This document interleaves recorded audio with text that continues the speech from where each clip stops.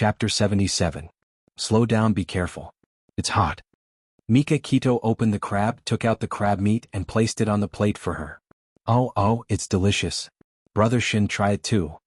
Xia Dong picked up a spicy shrimp that the waiter had just served and placed it on his plate. The crayfish was spicy, fragrant, and delicious. Xia Dong swallowed her belly and chewed until her face was covered in oil. Mika Kito took out a tissue and wiped the oil off her face. He had seen her embarrassed look too many times, so she didn't mind at all. She smiled foolishly and moved her face closer to him so that he could wipe it off. His movements were very gentle, and his eyes were full of smiles. How is it? Is it delicious? Yes. I finally got to eat something delicious. I'm so satisfied. Xia Dong's eyes were filled with tears, like a spoiled puppy. Mika Kito patted her head. What else do you want to eat? I'll order it for you. She rubbed her bulging belly. No need, I'm already full. Seeing the pile of shrimp and crab shells in front of him, she said embarrassedly, the ones you peeled are all in my stomach. You didn't eat much yourself. This time it's my turn to peel the shells for you. He stopped her. No need, I'm not hungry. If you're full, I'll send you back to the hotel. Mika Kito sent her back to the hotel and told her that he would be leaving at 8 o'clock in the evening. That time was when Xia Dong would be attending the fashion show. Do you have to be in such a hurry? We've only been together for 3 hours. Her reluctant expression made his mood very good. We'll meet again soon. When that time comes, I can accompany you for a long time. All right then. Be careful on the road and even more so in Rome. Don't be seduced by beautiful girls. She hugged him reluctantly. Okay. His embrace was so warm and his voice was as mellow as wine. She couldn't help but be intoxicated. He hadn't left yet, but she was already missing him. She stood in front of the window and watched him go downstairs. She stood downstairs and waved goodbye. She got into the car and drove to the airport. The little girl's temperament slowly calmed down. She took a long breath and raised her arm again. Cheer up, today is also a beautiful day. She picked up the clothes piled on the bed and compared them one by one. In the end, she chose an evening gown that was stylish and did not lose her character. After changing her clothes and putting on her makeup, she once again looked like the calm and capable chief editor Xia Dong in the mirror. The fashion show was very successful. Xia Dong dug up a lot of news materials and sorted them out overnight and sent them to Lilith. She was busy until early in the morning. When she looked at the time, she found that it was the time for the children to go to kindergarten. She quickly called them and gave them a morning kiss. Then she threw herself on the bed and fell asleep. She said thoughtfully, then let's go to the botanical garden and the planetarium. I know brother has always wanted to go to the planetarium. Xia Dong was touched to see them being so considerate and giving in to each other. No matter how tired or hard it was outside, when she came home and saw their smiling faces, she felt that all the hard work was worth it. It was the first day they went to the botanical garden. The botanical garden in a city was very famous. There were thousands of plants and flowers in it, and it covered a very large area. Xia Dong took them to visit the desert vegetation, took a picture of them in front of the strange cactus, and then led them into the tropical botanical garden. There were many precious plants in the tropical botanical garden. The children had only seen them on TV. Walking into the rainforest, they seemed to have walked into another world. They opened their eyes curiously, looked here and there, and surrounded the staff member to listen to him explain the wonders of the plants. There were also many children around the staff member. They laughed excitedly, clapped their hands and shouted, "Ah, that's great. This tree can even catch birds. That's so interesting. This tree can be shy. Look, touch it and it will dance." Xiao Guai tugged at Xia Dong's clothes. "Mommy, look. That's the tree that Uncle said can drive away mosquitoes. The leaves look so strange." Xia Dong looked in the direction of her daughter's finger. Xiao Bao was not paying attention to them. All his attention was now attracted by the people outside the rainforest. The rainforest was built in a large glass room. Through the glass, Xiao Bao saw Bailey Yi and Bailey Han standing together. They seemed to be talking about something. Bailey Han had a faint smile on his face and Bailey Yi was also smiling happily. It was the first time Xiao Bao had seen Bailey Yi smile so brightly. Xiao Bao clenched his small fists tightly. His cheeks puffed up in anger and he gritted his teeth. "Hey Xiao Bao, what's wrong with you? Are you feeling unwell? Why do you look like you're constipated?" Xia Dong turned around and saw that her son's face was ugly. She rubbed his head with concern. "Constipated?" Xiao Bao's face became even uglier. He bent over angrily and ran out like a small cannonball. "Bao Bao, don't run around. Be careful. Seeing her son angrily rushing out without a word, Xia Dong became anxious. She quickly picked up her daughter and chased after him. Xiao Bao felt very uncomfortable. He wanted to run out to get some fresh air, so he buried his head and rushed out desperately. His small body was like a cannonball and he crashed into a pair of slender legs. Because the speed was too fast and the impact was too strong, he fell to the ground with a plop. He looked up and saw Bailey Han's handsome face. His anger immediately reached its peak. His small chest rose and fell rapidly and his cheeks puffed up. He glared at him angrily. You bumped into me. Bailey Han looked at the child sitting on the ground angrily. He was a little unhappy, but he still bent over to pull him up from the ground. Unexpectedly, the child avoided his hands and angrily shouted, "Go away, I don't want your fake kindness." "Xia Xiaobao, I won't allow you to yell at my daddy." Bailey Yi realized that the person sitting on the ground shamelessly was his rival Xia Xiaobao, so he shouted back at him with a straight face. When Xia Dong rushed over with her daughter in her arms, she saw this awkward scene. Her forehead was sweating profusely. Then, her daughter subconsciously called out, which made her sweat even more. "Mommy, brother fell down." Xia Dong quickly covered her daughter's mouth and pulled up Xia Xiaobao, who was sitting on the ground, to find a hole to hide in. "Mommy?" Bailey Han looked at her expressionlessly, his gaze sharp and malicious. Xia Dong knew that her face must be very ugly now. "You heard wrong," she said. "Auntie." "Humph." Xia Xiaobao glared at Bailey Han angrily. "Uncle, not only are your eyes bad, your ears are also bad." "My little sister clearly said, Auntie." Bailey Han's eyes narrowed and emitted a dangerous light. He said word by word, "My eyes are very good and my ears are even more sensitive. I can still distinguish the pronunciation of mommy and auntie."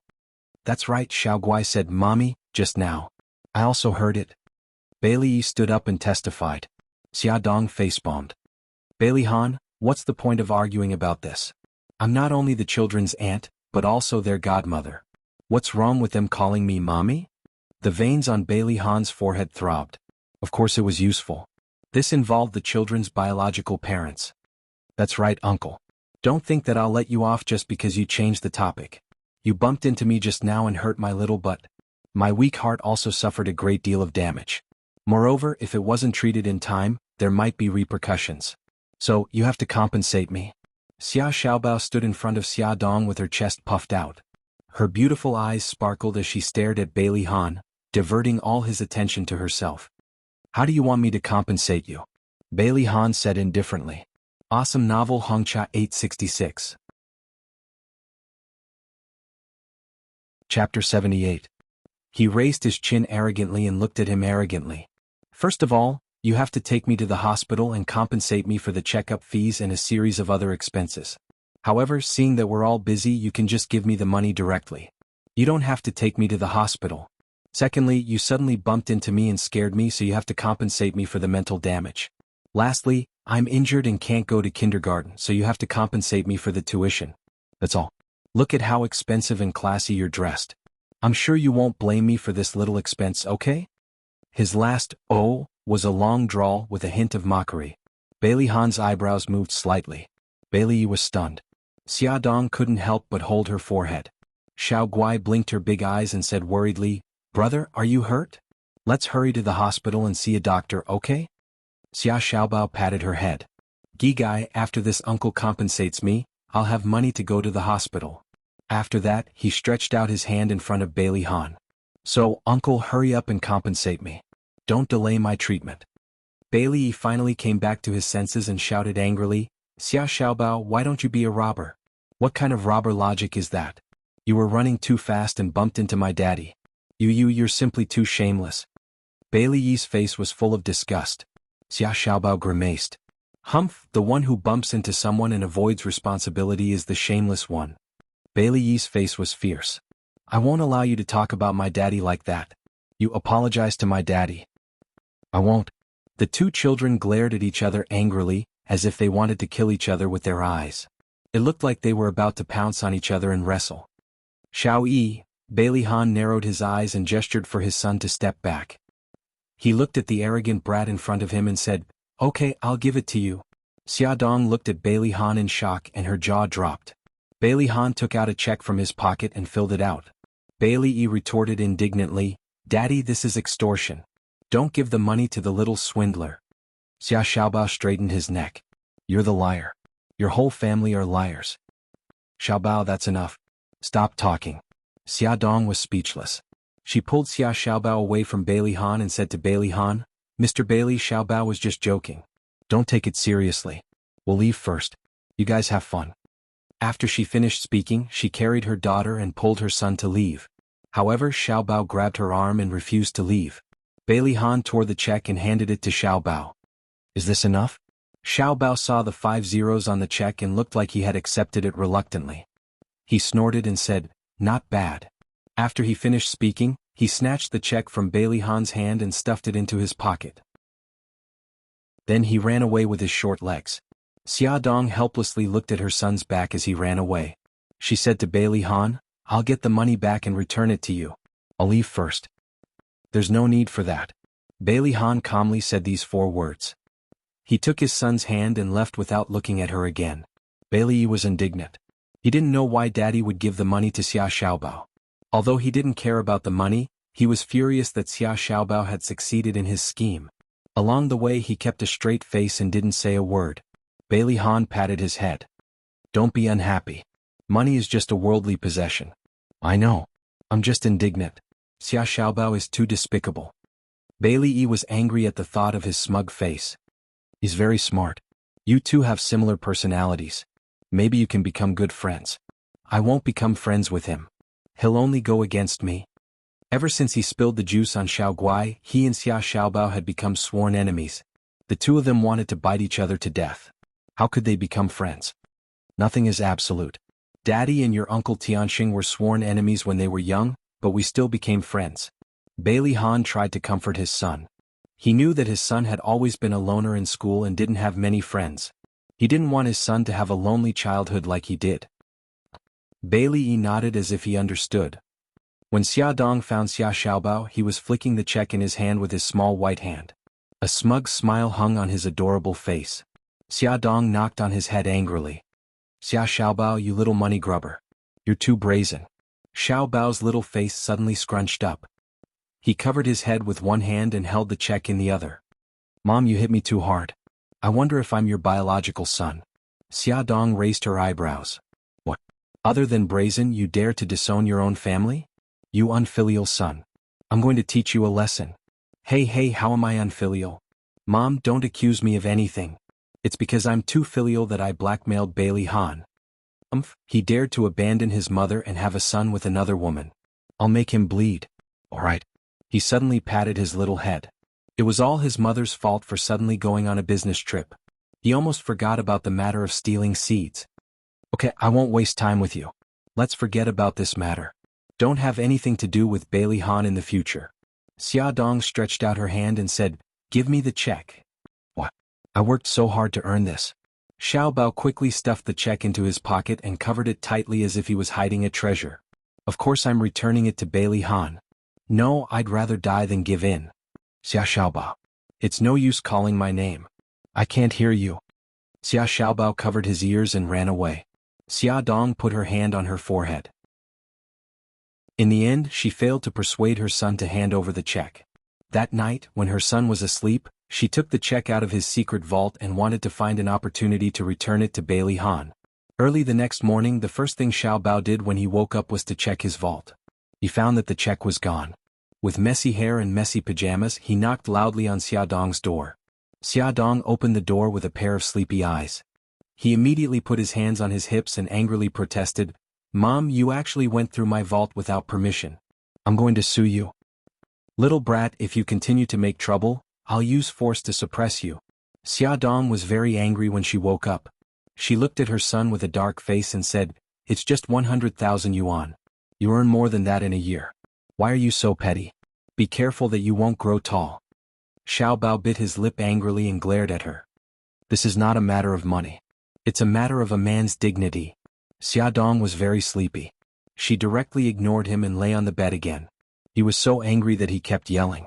In the end, Xiao Guai came forward and coaxed him. Next to the planetarium was an art gallery. Xia Dong came down from the planetarium with the children and saw a large group of people coming out of the art gallery. A few girls who looked like students were chatting. I heard that teacher Xia's wife is supporting him behind his back for this art exhibition. Needless to say, his wife is Miss Su of the Su group. She's rich and powerful. It's not easy to open an art exhibition. Don't talk so loudly. Be careful not to be heard by others. What's there to be afraid of? Everyone knows anyway. Xia Dong was expressionless. She held the children's hands and walked past them quietly. Mommy, I'm so thirsty. Xiao Guai stopped walking and shook Xia Dong's arm. Xia Dong looked around and saw a McDonald's about 20 meters away. She said, Gigai, hold on a little longer. We'll rest in McDonald's. Xiao Guai said obediently, Yes, yes, Mommy, let's go. Xia Dong held the children's hands and was about to continue walking forward when a man's voice suddenly came from behind. Xia Xia. Xia Dong's body froze. This voice was not familiar, but it was not unfamiliar either. She heard it once 5 years ago, but she remembered it deeply. She did not want to turn around. She held the two children's small hands tightly. Mommy, you're hurting me. Xiao Guai complained tearfully. I'm sorry, baby. Xia Dong quickly let go. Xia Jinxing had already caught up with them. Just like 5 years ago, he was still wearing a high-class suit and his hair was combed neatly. The only difference was that there was white hair on his head and a few more wrinkles on his face. His face was full of shock and disbelief, and his eyes seemed to be covered with mist. Xia Xia, it's really you. I thought I would never see you again in this life. His originally straight back was now slightly hunched, and his eyes were shining with agitation and pain. But, Mr. Xia, I don't want to see you at all. I don't want to see you again in this life. Every time Xia Dong thought of him, her heart would twitch in pain. She felt sorry for her mother. Even on the day her mother passed away, she still could not forget him. Xia Jinxing was shocked by his daughter's words and staggered back a step. Xiao Guai looked at Xia Jinxing curiously. This grandpa was so strange. Why was he standing in front of Mommy? Xia Xiaobao's pure eyes were full of curiosity. What was the relationship between this grandpa and Mommy? Why did Mommy look so pained when she saw him? Why did she seem to hate him? Mr. Xia, please move aside. We're leaving, Xia Dong said expressionlessly. Xia Jinxing could not bear to move aside. Ever since he saw her 5 years ago, he had not seen her again. He was afraid that if he moved aside this time, he would never see her again. Even if he could say a few more words to her, it would be good enough. He stammered, Xia Xia, these two children are very cute. They look a lot like you. Are you married? Does your husband treat you well? They are my nephews. Xia Dong explained coldly with an impatient look on her face. Mr. Xia, I'm not interested in catching up with you. Please move aside. He said shamelessly, Xia Xia, where do you live now? What's your phone number? I want to see you. She rejected him flatly. No need. You will disturb my current life. She no longer had the patience to continue pestering him. She pulled the two children and walked around him.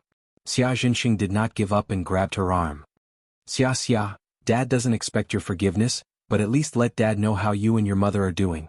Mom, Xia Dong could no longer maintain her composure. She flung his arm away and shouted angrily, Don't mention Mom to me. She's already dead. She was killed by you. What right do you have to mention her? Xia Jinxing, I hate you. I don't want to see you again for the rest of my life. After shouting, Xia Dong glared at him fiercely and pulled the two children away without looking back. Xia Jinxing staggered back 2 steps, his face turning pale. Dead. Attention Xingwu 799. Chapter 79. How did Xiaoling die? How could it be? No, I don't believe it. You must be lying to me. Xia Xia, don't curse your mother. Your mother must be alive and well. Xia Jinxing rushed forward and twisted Xia Dong's arm like a madman. Go away. No, it can't be. She can't be dead. Xia Jinxing suffered a huge blow. His eyes were unfocused as he muttered to himself. Mother is already dead. She died because of you. Seeing him like this, Xia Dong felt very satisfied. He viciously stabbed at his wound again, but this time he also stabbed his own wound. His heart ached so much that he couldn't suppress it. No. Xia Jinxing's face was pale as he hugged his head. He squatted on the ground and sobbed softly, No. Tears unknowingly poured out. Xia Dong stubbornly touched her face and heartlessly walked away with the children. Xia Jinxing hugged his head and cried bitterly. The passers-by watched curiously, but no one went forward to ask. In the crowd, there was a girl holding a bouquet of flowers standing there quietly. She saw the whole scene and stood there for a few seconds. She raised her hand and threw the bouquet into the trash can. The corner of her mouth twitched in disdain. Her daddy was really useless. He was crying on the street. She didn't want to go up and embarrass herself. Su Xingchen walked in the direction Xia Dong left. Her phone rang. It was the person in charge of the art exhibition. Miss Su, do you know where Mr. Xia is? I called him but he didn't pick up. Su Xingchen smiled sweetly. I don't know. I was going to congratulate Daddy on successfully opening the art exhibition, but there was a traffic jam on the way so I didn't reach the art gallery. Okay, then I'll have to trouble you. Miss Su, I'll try to contact Mr. Xia again. No problem. She smiled and said, goodbye. Then she put away her phone. When she looked up, she saw Xia Dong bringing the two children into McDonald's. In McDonald's, Xia Dong ordered drinks and food for Xiao Guai and Xiao Bao and found a seat. He looked a little depressed. Xiao Bao sat on the chair and asked curiously, Mom, was that old man our grandfather? Xiao Bao was sipping on the orange juice as he asked curiously, is that old man our grandfather? Xia Dong's hand, which was holding the drink, stiffened.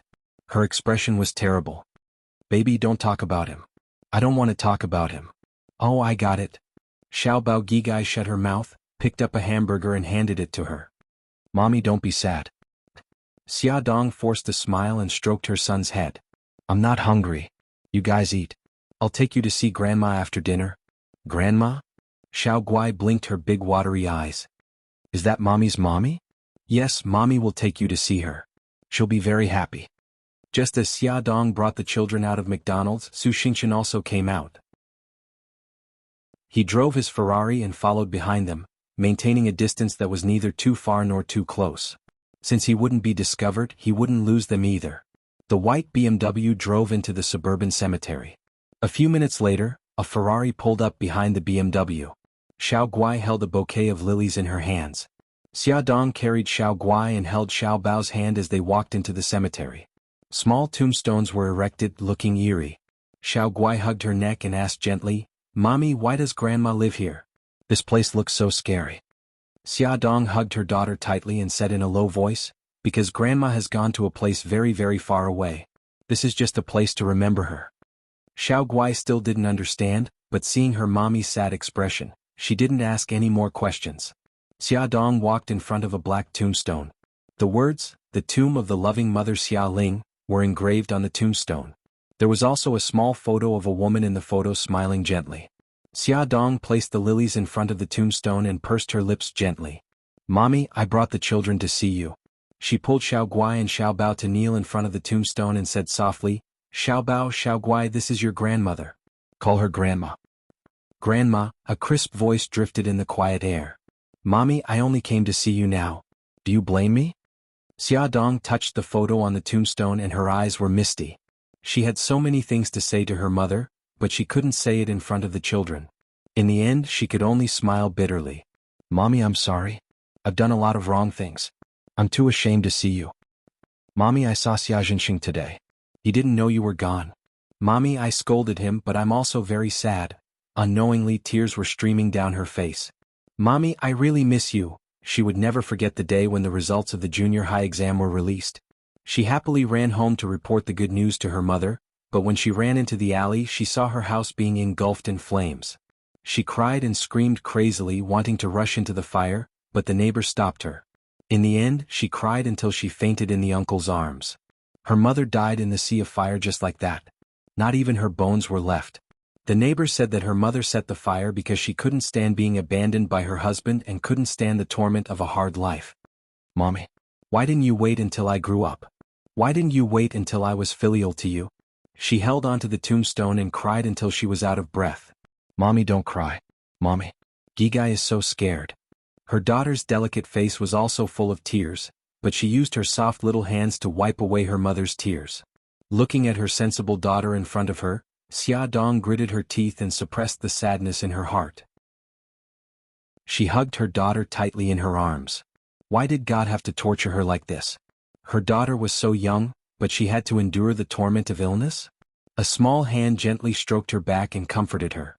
Mommy, I'll protect you from now on. Xia Dong looked up with tears in her eyes and saw her son's strong face. His cheeks were so young, but they were filled with courage and tenacity. She slowly curved her lips and revealed a smile. Good, our little boy has grown up into a man. She should have been brave in front of her children, but she revealed her weak side. Her emotions gradually calmed down. She stroked the children's heads and said softly, "Baby Gigai, say goodbye to Grandma. We'll visit her again next time." Xiao Guai leaned closer to the tombstone and rubbed her pink cheeks against the photo. She said softly, "Grandma, if you want Gigai, we'll visit you again." Xiao Bao stood with his chest puffed out and his head raised. He said solemnly, "Grandma, don't worry. I'll take good care of Mommy and Xiao Guai. Mommy, please bless Gigai and let her live a healthy and happy life. Please also bless baby and let him live a safe and happy life."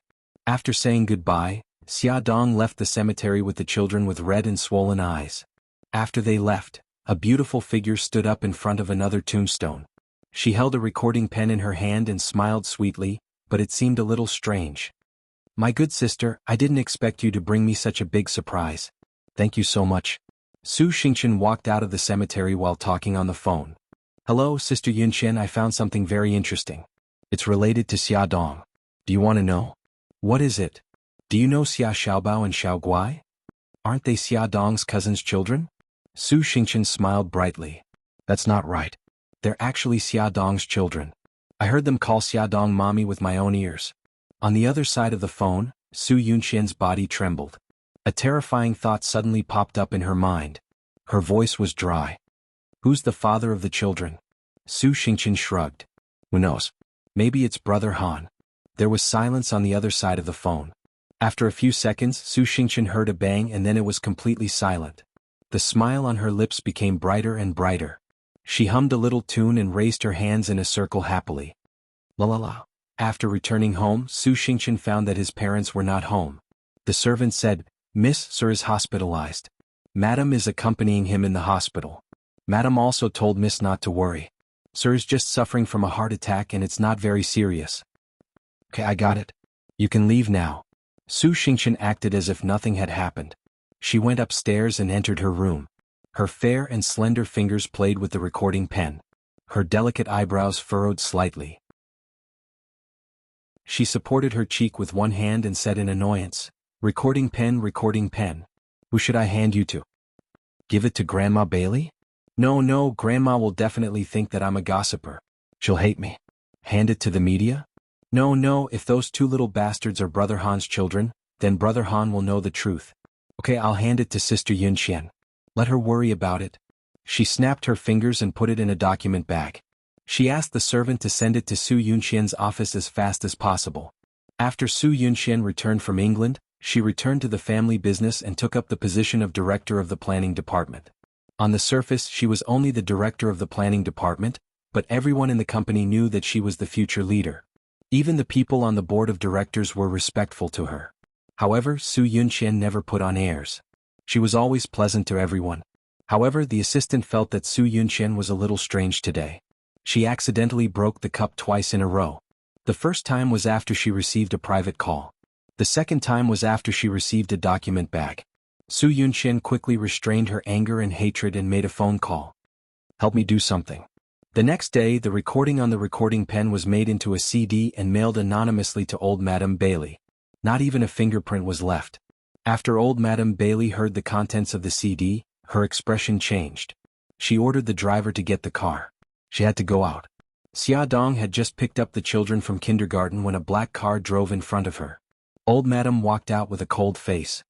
"Xia Dong, I want to talk to you." The neighbors in the neighborhood looked over curiously. Xia Dong smiled bitterly. "Old Madame, please come upstairs with me." She drove the children back to their room. She made a cup of tea and put it in front of Old Madame. "Old Madame, you can say whatever you want." Old Madame went straight to the point. "Xia Xiaobao and Xiao Guai, are they your children?" Xia Dong thought about why Old Madame suddenly asked this question. She smiled calmly. "Old Madame, you already know whether they are my children or not." Old Madame sneered. "I got the news that they were your nephews. But today I heard that they are actually your biological children." Ad. Songshu 566. Chapter 80. Xia Dong paused and picked up the teacup. She took a sip and said, "To be honest, they are indeed my children." "Good for you, Xia Dong. You've played the dirty trick again and again. You're as cunning as a fox." Old Madame slammed the teacup on the coffee table, causing the tea to splash. She said sternly, "Are they Ahan's children?" Xia Dong laughed mockingly. "Old madam, you should know better than me whether they are Bailey Han's children or not. When I was still in the delivery room, you kidnapped my aunt and uncle and forced me to take Xiaoyi away from me. Don't you know better than me how many children I had at that time? To think that I made the wrong choice back then. I wanted to set you up with Ahan, but I didn't expect you to escape to Japan with a big belly. Forget it, I don't want to talk about the past. Since you deny that they are Ahan's children, then tell me who is their biological father." Xia Dong gritted her teeth and remained silent. Old madam was aggressive. "Tell me who is their father." "It's me." A deep and magnetic voice sounded, accompanied by footsteps. Old madam turned her head and saw a tall man with handsome features. He was wearing a white robe that was slightly open, revealing his strong chest. He crossed his arms around his shoulders and his deep eyes revealed a dangerous look. Old madam frowned. "Who are you?" Xia Dong was shocked. "Brother Shin." Mika Kito walked over and sat beside Xia Dong. He naturally put his arm around her shoulders and announced domineeringly, "I'm Xia Dong's man Mika Kito." Xia Dong's mouth twitched. She wanted to say something but in the end she held back. Old madam's suspicious gaze moved back and forth between the two of them. Finally her probing gaze landed on Mika Kito. "Your surname is Beitang. Who is Beitang Haichi to you?" Mika Kito said calmly, "My father." Old madam was silent for a moment and said slowly, "Young man, you said that you are Xia Dong's man. Are those two children also your children? You have good hearing and a good memory." Mika Kito's tone had a hint of sarcasm. Old madam's face darkened. "Young man, there's an old saying in China, a strong dragon can't suppress a snake. I advise you not to be too arrogant." Beitang Shin's expression did not change, but his tone became more serious. "My woman and child are naturally under my protection. If anyone dares to touch them, even if I have to use the entire Yamaguchi-gumi to fight, I will not hesitate. The Bailey family is very powerful in a city, but the Yamaguchi-gumi is not weak either. Even if the Yamaguchi-gumi is at a disadvantage here, Mika Kito has the determination to perish together with the Yamaguchi-gumi. This is something that old madam can't compare to. She has considered too many things for the entire Bailey family." The coldness in old madam's eyes gradually dissipated, and her expression gradually calmed down. She said, "Speaking of which, my old man and your father are old friends. With such a promising son like you, he should be able to enjoy his old age in peace." Mika Kito knew that old madam was expressing goodwill. He went down her ladder and said with a smile, "It's rare that old madam still remembers my father. It's a pity that he passed away 5 years ago." Old madam had not paid attention to the foreign mafia for a long time. When she heard that Beitang Tsuri had passed away, she was shocked and sighed. Mika Kito chatted with her for a while. After going around in circles they returned to the main topic. Old madam sipped her tea and turned to look at Xia Dong. She said slowly, "Miss Xia, I hope you still remember what I said last time." Xia Dong said calmly, "Of course. I still remember every word that old madam said." "That's good. I won't disturb the two of you. Old madam, let me walk you out." Xia Dong walked old madam to the door and locked it. She returned to the living room and looked at Mika Kito without saying a word. Mika Kito smiled. Xia, are you not happy to see me?" Xia Dong felt a headache coming on. "Brother Shin, why didn't you tell me before you came? I was caught off guard by your sudden appearance." He shrugged nonchalantly. "I wanted to give you and the babies a surprise." Xia Dong felt helpless. She walked up to him and tightened his slightly open robe. She asked, "When did you arrive? Have you eaten?" "Not long after I got off the plane. I took a shower and was resting in your room when I heard the sound of you coming back." He touched her head. "Do you still mind that I said that I'm the baby's father?" Xia Dong lowered her head sadly. "Although I do mind, I know that if you hadn't suddenly jumped out to help me, I really wouldn't know what to do." Mika Kito pulled her into his arms and hugged her tightly. His voice was deep and magnetic. "Don't worry about it in the future.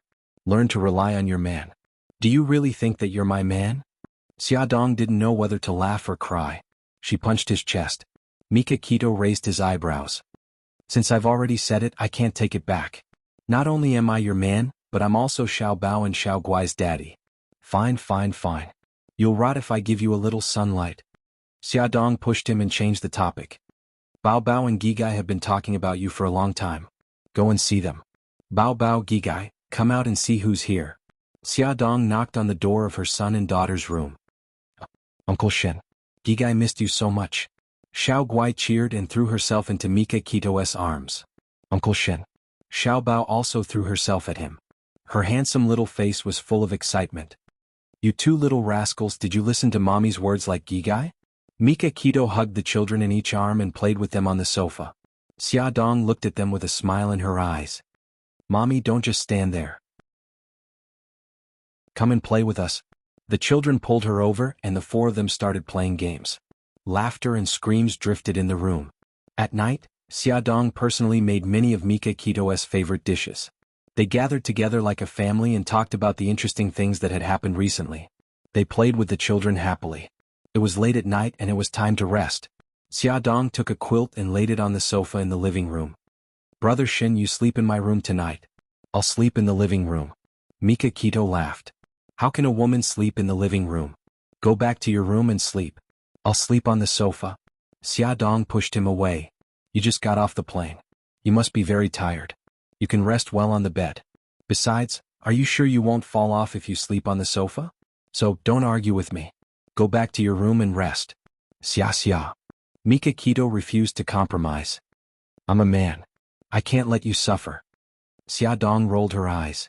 Come on, you male chauvinist. This is my territory. Listen to me.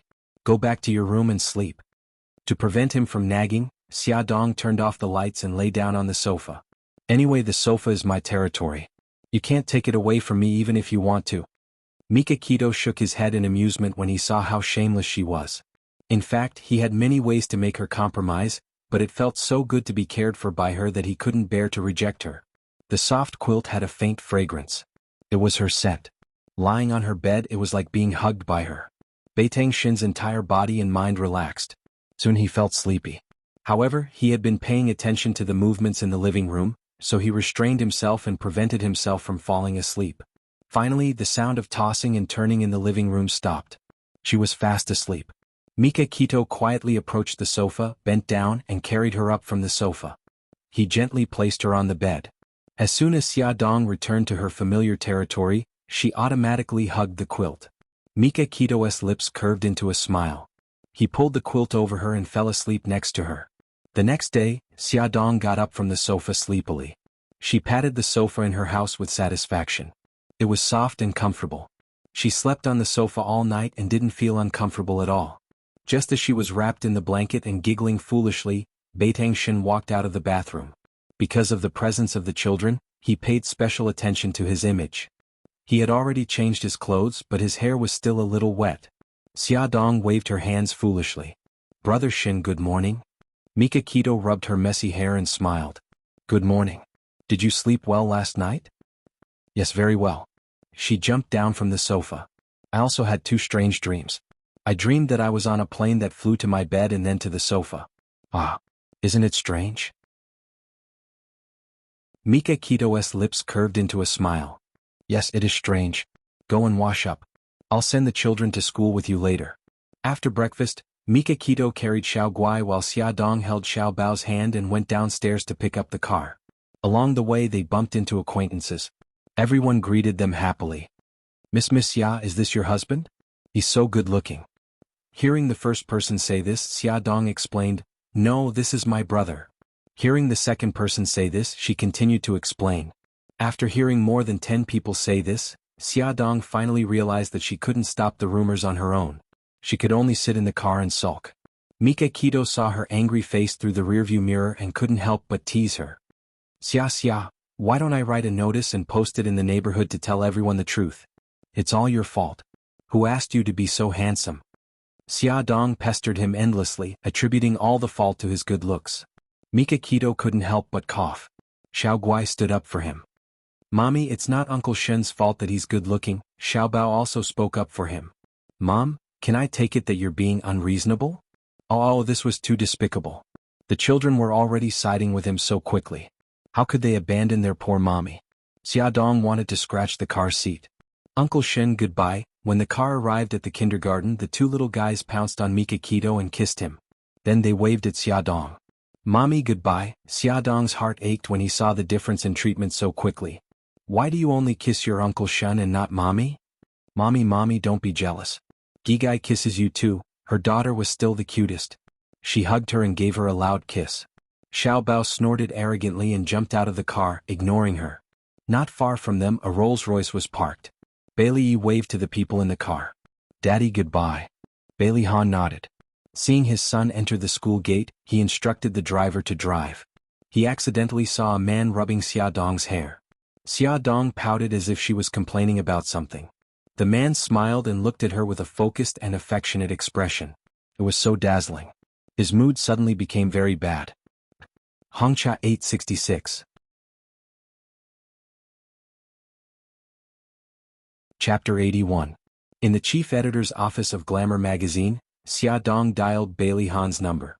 "Mr. Bailey, do you have time? I would like to see you." "You can talk over the phone." Bailey Han leaned back in his comfortable office chair. His slender fingers tapped on the table impatiently. At this moment, the scene he saw outside the kindergarten in the morning popped into his mind. It was the scene of her and a man being very intimate. Xia Dong paused and said, "It's about the 100,000 yuan check. Xiao Bao is not sensible. I apologize to you on his behalf. Also, I will ask my assistant to send the check to your office." "No need." Bailey Han's tone suddenly became serious. "I never take back what I have given away." Xia Dong thought for a moment and said, "In that case, I will donate it to charity in your name. Since you have already given it away, you have the right to use it. You don't have to tell me." Bailey Han said coldly. Xia Dong choked. She did not understand why Bailey Han sounded so angry. "Is there anything else?" Bailey Han did not hear a response, so he frowned impatiently. "If there is nothing else, I will not disturb you. Goodbye." Xia Dong shook her head. Why did she think so much? Anyway, she had never seen through Bailey Han. At the old Bailey mansion, Su Yunqian was dressed beautifully and appropriately. She brought a blue and white porcelain vase to visit the old lady. "Grandma, this is the blue and white porcelain vase that Daddy bought at an auction 2 days ago. He asked me to bring it to you." The old lady liked it at first sight. She put on her glasses and looked at the vase carefully. "Oh, this is from the Song dynasty, right? It is so beautiful." Su Yunqian smiled and said, "Daddy said that you have good taste. It is the blue and white porcelain vase's fortune to have you as its owner." "This child is getting better at talking. Your daddy is so considerate. Please thank him for me." The old madam pulled her over to sit beside her and called for the housekeeper. "Bring my jade vase down." The housekeeper responded and quickly brought a green jade vase from upstairs. The old madam said with a smile, "Yunqian, do you think this vase is pretty?" "It's very beautiful and expensive." Old madam handed the vase to her. "This vase is most suitable for a bouquet of roses. Put it on the dressing table." "Yunqian, it's very suitable for young ladies like you." "Grandma, this is too expensive. I can't accept it." "This is also Grandma's goodwill. If you like it, just accept it." Being straightforward is the demeanor that our granddaughter-in-law of Bailey should have. On the surface, the old madam was giving her a gift, but in fact, she was hinting that her status had already been recognized by the Bailey family. "Thank you, Grandma." Su Yunqian's lips curled up, maintaining her perfect posture. The old madam nodded with satisfaction. Although she didn't think highly of Su Yunqian before, she still loved Bailey Han for so many years. Even if he had a child, she didn't leave him. This kind of kindness was very rare. Moreover, she was very good at dealing with people. Gradually, she began to recognize Su Yunqian. The old madam glanced around and the servants on both sides automatically retreated. She patted the back of Su Yunqian's hand and said, "Yunqian, I heard that something unpleasant happened between you and Ahan. You haven't seen him recently." Su Yunqian smiled. She didn't complain or get angry. Her attitude was calm. "No, Grandma. We're fine. It's just that Ahan is a little busy. I don't want him to be so tired, so I didn't disturb him." The old madam was very satisfied with her attitude and said, "It's because he's a little busy that he needs a woman to take care of him. If two people are too close to each other, they'll get tired. If they're too far away, they'll become estranged. You have to control this." "I understand, Grandma. I'll take care of it." Su Yunqian furrowed her brows and revealed a troubled expression. The old madam asked, "What's wrong? Is there something else you're hiding from me?" "No, actually it's nothing. I just heard some gossip." Su Yunqian wanted to say something but stopped. "There's nothing you can't say in front of me. Just say whatever you want." "It's about Xia Dong." Xingqian said that she once saw Xia Dong shopping with her 2 little nephews on the street. The two children called Xiaodong mommy. Grandma, are they really Xiaodong's children? Then their father, could it be? Su Yunqian stopped at just the right moment. No. The old madam looked serious and said, I know what you want to say. I've already asked her. The children's father is someone else. Su Yunqian felt relieved, but soon she had doubts. Could she be lying to you? I've already seen the children's father. Moreover, when she gave birth to the children, there was only one. It can't be triplets. Su Yunqian was still worried, so she said, Grandma, wouldn't it be safer to check their DNA in Han's? I've also thought about this, but I'm afraid that I'll disturb a Han and he'll notice something. So let's just leave it at that. The old madam waved her hand and did not want to talk about it anymore. Su Yunqian changed the topic and chatted with the old madam for half an hour before she left. After Su Yunqian left, the old madam began to think deeply. Who sent the CD to the Bailey family and what was that person's motive? In order to avoid a misunderstanding like last time and to avoid Mika Kito's attention, Xiaodong deliberately went to the hospital for a gynecological checkup during her lunch break. She chose the hospital where Yi Siki's husband, Lin Shihao, worked. Xiaodong looked at Lin Shihao anxiously. Shihao, how is it? Am I pregnant? Lin Shihao carefully examined her and said regretfully, You're not pregnant. Xiaodong's eyes immediately dimmed. Lin Shihao comforted her. Xiaodong, don't be anxious. At your age, it's a little difficult to get pregnant. Try a few more times and you'll succeed. Xiaodong smiled bitterly. A few more times? How can there be so many chances for me to try? Lin Shihao patted her shoulder. Xiaodong, this isn't like you. You're always optimistic. Think positively and don't be discouraged. Xiaodong grinned. Shihao, thank you. I'll take my leave now. Lin Shihao nodded. He walked her to the door and watched her leave. A young and beautiful female doctor walked over and said with a smile, Mr. Lin, why are you so reluctant to leave? Mei Wei, don't talk nonsense. Her name is Xiaodong. She's my wife's best friend. Xiaodong. Bai Mei Wei looked at Xiaodong's back. She's very beautiful and classy. What does she do for a living? She's an editor for a fashion magazine. Lin Shihao smiled and changed the topic. How is it? Are you used to it? Don't I have Mr. Lin to guide me? I'm already used to it. I have to thank Mr. Lin for this. Bai Mei Wei was the director's daughter and had just returned from studying in America. She blinked. Mr. Lin, I'll treat you to dinner tonight to express my gratitude. Is that okay? There's no need to treat me. You don't have to be so polite. This is what I should do. She was unyielding. Then let's treat it as a junior trying to build a relationship with Mr. Lin. Lin Shihao smiled apologetically. I have to go home to accompany my wife. I don't have time. Bai Mei Wei raised her eyebrows disapprovingly. Mr. Lin, you're such a good husband. But then again, aren't you tired of eating your wife's cooking for 5 years? Lin Shihao was already used to her straightforward words. He smiled and did not answer her question. I have an operation later. I can't accompany you. When Bai Mei Wei returned to her office, her phone rang. It was a call from her good friend. Hello, Fian. What's the matter? Mei Wei, Xingqian said he's treating us to a bar. Are you interested? Sure. See you at Charm Bar at 8 tonight. Bai Mei Wei was in a bad mood and wanted to relax. Charm Bar. Xiaodong was leaning on the bar counter with several empty drinks in front of her. Miss, are you okay? The bartender knocked on the bar counter. I'm fine. What could be wrong with me? Xiaodong raised her head gloomily. She supported her chin with one hand and muttered to herself, I really want to drink. Non-alcoholic drinks were no longer able to relieve the boredom in her heart. She wanted to drink, but she had a bad habit of being muddle-headed when drunk. She had no choice but to restrain her desire. The handsome bartender smiled. He mixed a cocktail and placed it in front of her. Let's get drunk today. This drink is on me. Xiaodong's face was bitter. Thank you for your kindness, but I don't dare to drink. I'm an idiot who gets drunk when she drinks. The bartender couldn't help but laugh. This woman was really special. Miss, since you came to a bar, you should get yourself drunk. Don't worry so much.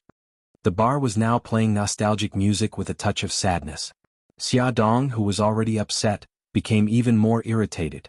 She stared at the cocktail in front of her for a minute and said to the bartender, Handsome, if I get drunk later and do something out of line, you must stop me. Xiao Tianxing walked in from the corridor and happened to hear her words. He asked curiously, What do you mean by something out of line? Xiaodong counted on her fingers and counted her crimes. For example, singing in public, hugging a handsome guy's thigh and following a handsome guy home. These are all counted as something out of line. Xiao Tianxing held back his laughter. Okay, I understand. Don't worry. When you get drunk, I'll be responsible for sending you home. Xiao Tianxing, you're such a good person. Xia Dong felt relieved and patted his shoulder heroically. Then it settled. She picked up the cocktail glass and gulped it down like a cow drinking water. The bartender was so shocked that his eyeballs were about to fall out. Xiao Tianxing was not surprised. In any case, he had seen too many strange things from this woman. Xia Dong burped and leaned on the bar counter. Her face quickly turned red and her vision started to blur. Her reaction was so fast. Xiao Tianxing poked her arm with his finger. Xia, are you okay? No, I'm not okay. Xia Dong stood up. Her body was swaying as she pointed at Xiao Tianxing's nose and yelled, God, you stinking God. You don't like me, do you? Always playing with me like this. Are you done yet, you bastard? She roared so loudly that all the eyes in the bar gathered on her and Xiao Tianxing. Mr. Xiao? The bartender was dumbfounded and stammered, She seems to be drunk. Xiao Tianxing smiled bitterly. I know. Well, I didn't get to see a good show this time. I became a good show for everyone to see. What are you mumbling about? Let me tell you, damn God, don't think that I'm easy to bully. In my dictionary there's no such thing as admitting defeat. I won't surrender to you, you bastard. Xia Dong's eyes were blurred. She leaned in front of Xiao Tianxing and pointed at his nose as she cursed. Awesome novel, Songshu 566. Chapter 82. Well, you're drunk. I'll take you home. Tell me, where do you live? Xiao Tianxing grabbed her hand that was waving in front of him and asked with a wry smile. She smiled and leaned closer to him, almost leaning into his arms. You want to know my address? Yes, tell me quickly. I'm very eager to know. If he didn't send her away, he would become the laughing stock of the whole A city. I'm not going to tell you. Allah is not a good person. She rolled her eyes and even spoke in a dialect. She reached out and pushed Xiao Tianxing away. She staggered back to her seat and rummaged in her handbag. What are you looking for? Tell me, I'll help you find it. Xiao Tianxing deeply felt that he had shot himself in the foot. Go away, I don't want you to care about me. Xia Dong pushed him away again.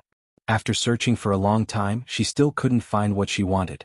In a fit of anger, she lifted her handbag upside down and poured all the things inside on the bar. She rummaged around and found her mobile phone and dialed a number. Hello, Bailey Han, I want to see you. Xiao Tianxing held his forehead, but the next second he revealed an evil smile. Was this a surprise? A sudden good show. When Xia Dong called, Bailey Han was eating with Bailey E at the dining table. The servant put his mobile phone to his ear. Seeing the caller ID, he hesitated for a moment and finally chose to answer. I'm Bailey Han. Hello, Bailey Han, I want to see you. What's the matter? A roar immediately came from the other side of the phone. Why are you talking so much nonsense? I asked you to come over, so come over. Bailey Han's eyes were burning with anger. He suppressed his anger in his voice. Xia Dong, do you know who you are talking to? I know you very well. You're Bailey Han, the president of the famous Shanghao group. I just want to see you. Come here quickly. Bailey Han gritted his teeth so hard that creaking sounds could be heard. That damned woman, was she crazy? She actually dared to yell at him. He hung up the phone angrily with a bang. When he looked up and saw Bailey E looking at him curiously, the corners of Bailey Han's mouth twitched and he said, Daddy is full. I'll go upstairs first. Bailey E nodded, indicating that he understood. Just as he reached the staircase, his phone rang again. It was Xia Dong again. Bailey Han decisively rejected the call. When he walked to the door, Xia Dong called for the fourth time. He angrily pressed the answer button and prepared to scold her, but all he heard was the sound of sobbing. She was crying very sadly. Bailey Han couldn't help but imagine her tearful face. His heart actually felt a little stuffy. Bailey Han took a deep breath and tried to make his voice sound as gentle as possible. Xia Dong, what happened? The moment she heard his voice, Xia Dong cried even louder. She was like a child who had been wronged. She cried non-stop, but she didn't say what had happened. Her crying disturbed his thoughts. He frowned and said, Xia Dong, don't cry. What happened? Her emotions seemed to have calmed down a little. She sobbed and complained, Bailey Han, I'm sorry. I've let you down. But, can you help me one more time? He couldn't understand what she was talking about at all, but he keenly grasped the word, help, and asked, tell me first. How do you want me to help you? I don't know. I don't know. She cried again and kept saying, I'm sorry. He sighed and asked her, where are you now? I'll come over and look for you. I don't know. There was a lot of noise on the phone. She seemed to have caught someone and questioned them. Then Bailey Han heard a man say, seductive charm. Following that, he heard her sobbing. A handsome guy said, I'm at seductive charm? Bailey Han's face darkened. He gritted his teeth. Are you drunk? No. No, I'm not drunk. Bailey Han's face darkened even more. He finally understood why she was acting like this. It turned out that she had gone to a bar and gotten herself drunk. He hadn't forgotten her terrible drinking habits. The last time she had gotten drunk at seductive charm, she had hugged his arm and wanted him to go with her. He gritted his teeth and said, wait for me at the bar, Gigai. I'll be right there. She answered Gigai with an oh, and then asked curiously, but why are you coming over? Bailey Han's facial muscles twitched uncontrollably. He held the phone in one hand and put on his coat in the cloakroom with the other. He said, idiot, don't ask idiotic questions again. You're not allowed to hang up. She had stopped sobbing and protested softly, I'm not an idiot.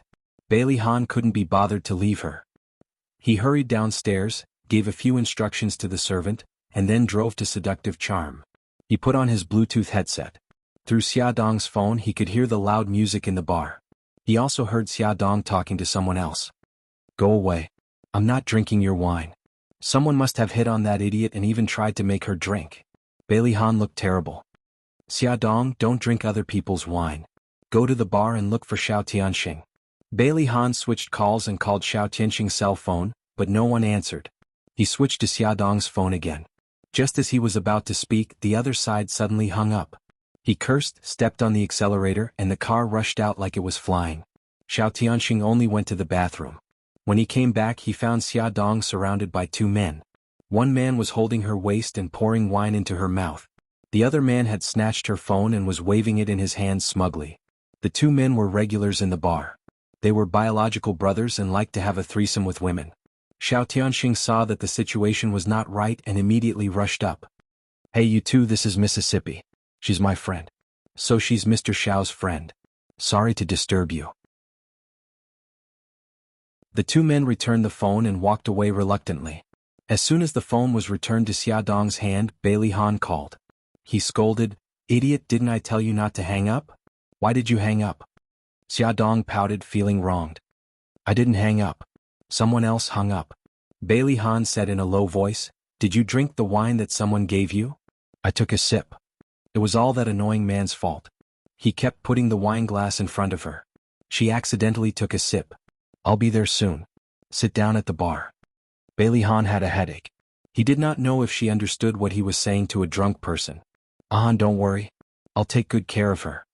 Xiao Tianxing took the phone from Xiaodong's hand and said. Hearing Xiao Tianxing's voice, Bailey Han was relieved. He said, Tianxing, take her to the private room to rest. I'll be there soon. Xiao Tianxing hung up the phone and held Xiaodong's arm. Xia, come with me. I'll take you to rest. Xiaodong shook off his arm and looked at him warily. She shook her head like a rattled drum. No, I want to wait for Bailey Han. Let's wait for him in the private room.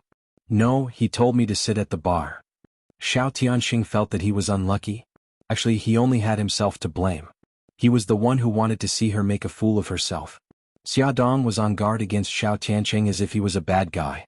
He didn't need Xiao Tianxing's help. He staggered to the bar and fell asleep on it. Xiao Tianxing accepted his fate and sat beside her to accompany her. Just then, three beautiful girls walked into the bar. The girl in the lead was wearing a cute dress with a bow on her head. When she saw Xiao Tianxing sitting at the bar, she skipped over. Tianxing Gij, you're here tonight? Xingchen, are you guys here to have fun? Xiao Tianxing stood up and stood in front of Xiaodong. He smiled and greeted the other two girls. Hi Fian. Hey, the other beauty looks unfamiliar. Bai Meiwei was wearing a sexy red dress. She smiled and said, hello, I'm Bai Meiwei. I'm Xingchen's university classmate. Xiao Tianxing smiled politely.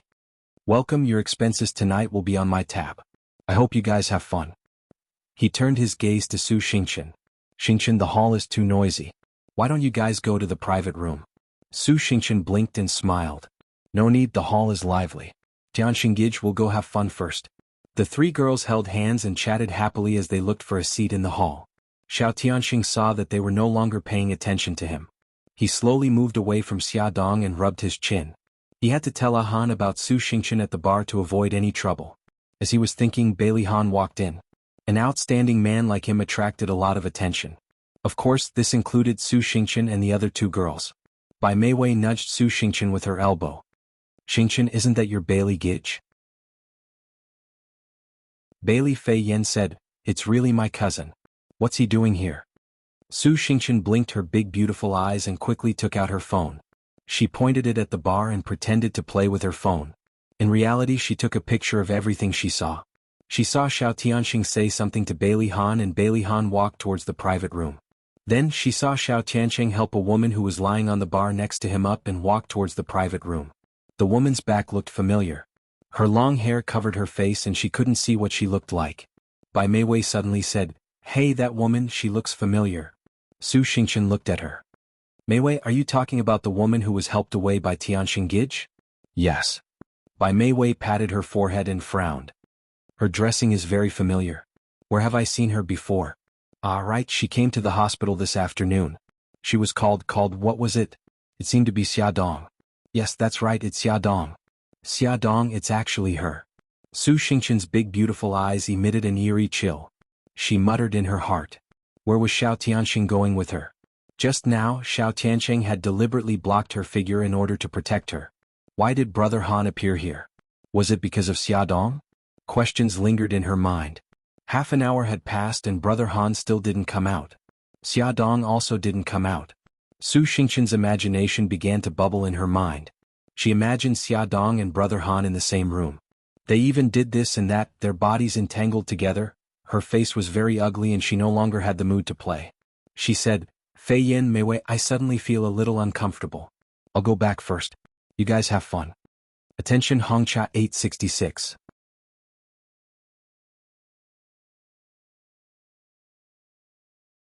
Chapter 83. Xingchen, are you okay? Do you want me to send you home? Bai Meiwei asked worriedly. No need, I can go back by myself. I'm leaving first, bye-bye. Su Xingchen grabbed her handbag and hurriedly ran out. Without stopping for a moment, she ran to her car and got into the car. Out of nowhere, she took out a small doll. She gnashed her teeth and fiercely kneaded the doll. Her eyes burst with anger, making her face, under the dim light, distort into a terrible shape. In the VIP room, Xia Dong was lying on the sofa, fast asleep. Bailey Han frowned and bent down to pat her red cheeks. Xia Dong, wake up. Ugh. She impatiently turned over and muttered, I'm so sleepy, don't disturb me. The veins on Bailey Han's forehead throbbed and he increased the strength of his hands. Wake up. She finally opened her misty eyes and asked foolishly, who are you? Bailey Han. He squeezed these 3 words out from between his teeth. Bailey Han. Her eyes quickly became misty and she threw herself into his embrace. She sobbed, Bailey Han, I'm sorry. Bailey Han's entire body froze. He wanted to push her away, but his hands didn't listen to him and he let her cry on his chest. After a long time, he put his hand on her back and patted her gently. His voice had a gentleness that he didn't notice. Tell me what happened. Bailey Han. Don't hate me. I had no choice. Xia Dong lied on his chest and sobbed as she complained. Even she didn't know what she was saying. What did you do to make me hate you? Drink and I'll tell you. Xia Dong suddenly raised her head, her beautiful eyes shining with a charming light. She pointed at the expensive wine on the wine rack and said, Drink and I'll tell you. Bailey Han facepalmed. How could he take a drunk person so seriously? He must be crazy. Xia Dong pushed him away and stumbled to the wine rack. She took a bottle from the top and held it in her hands, giggling. If you don't want to drink, I'll drink. She uncorked the bottle, picked up the bottle and poured it into her mouth. Bailey Han strode forward and snatched the bottle, but he was still a step too late. She gulped down a few mouthfuls and stuck out her tongue pitifully. It's so spicy. Who asked you to be so picky? You chose the strongest wine. It would be strange if it wasn't spicy. Bailey Han's face darkened as he stretched out his arm. Give me the bottle. No? This is mine. Xia Dong hugged him tightly as if he was a treasure. Leaning against the wall, she pointed at the wine on the wine rack and giggled. Those are yours? Bailey Han's face turned even uglier. You asked for it. He walked forward and forcefully snatched the bottle from her arms. She hugged him tightly, kicked him, and bit him with her teeth like an angry little wild cat. He was worried that he would hurt her, so he could only control his strength. However, his strength was too weak and he couldn't subdue her at all. In the struggle, the wine in the bottle spilled all over the two of them, and his hand accidentally touched the softness of her chest. The beautiful touch made Bailey Han feel as if he had been electrocuted. He quickly retracted his hand and coughed awkwardly to cover up his embarrassment. She was drunk and didn't care about his actions at all. She gasped for breath and said, "This is mine." "Don't fight with me," he said helplessly. "Okay, I won't fight with you. You can sleep with it. Where do you live? I'll take you home." She was like a frightened little beast, shrinking into the corner. "I don't want to go home. Brother Shen will be worried. The babies will be worried. You know that they will be worried." Bailey Han couldn't wait to pry open her head and see what was inside. Why was she so drunk? If she didn't understand, then she was very sober. If she was sober, then she was very confused. Suddenly his eyes narrowed. "Wait, who is Brother Shen?" "Mika Kito, he, the man who touched your head outside the kindergarten?" She was at a loss. "I don't know. I don't know what you're talking about." Bailey Han gritted his teeth. He, don't frown." She giggled and stretched her fingers to his face, trying to rub the wrinkles between his eyebrows. "Look, I have a truck full of troubles, but I'm not frowning. As long as I drink, all my troubles will be solved." Bailey Han, she wasn't frowning. She was just hugging him and crying. She shoved the bottle at him and said, "Here you go." Bailey Han quickly snatched the bottle and put it on the wine rack. She pouted unhappily. "I asked you to drink, but you didn't drink." "I don't want to drink." Bailey Han supported her stumbling body. "Since you don't want to go home, you can stay here for the night. Go take a bath. Help me take a bath." She hugged him and rubbed her body against him restlessly. "Brother Shin, can you help me take a bath?" Bailey Han's accumulated anger suddenly exploded. He grabbed her wrist and said fiercely, "Damn woman, look carefully." "Who am I?" She giggled. "Brother Shin? Idiot, are you trying to drive me to my grave?" Bailey Han abruptly picked her up and carried her on his shoulder. He strode into the bathroom and threw her into the bathtub with a bang. He turned on the shower and used the cold water to wash her skin. "Are you a little more awake? Do you know who I am?" "Brother Shen, you're so fierce." She curled up in the bathtub pitifully and looked at him with her big watery eyes, accusing him of being cruel.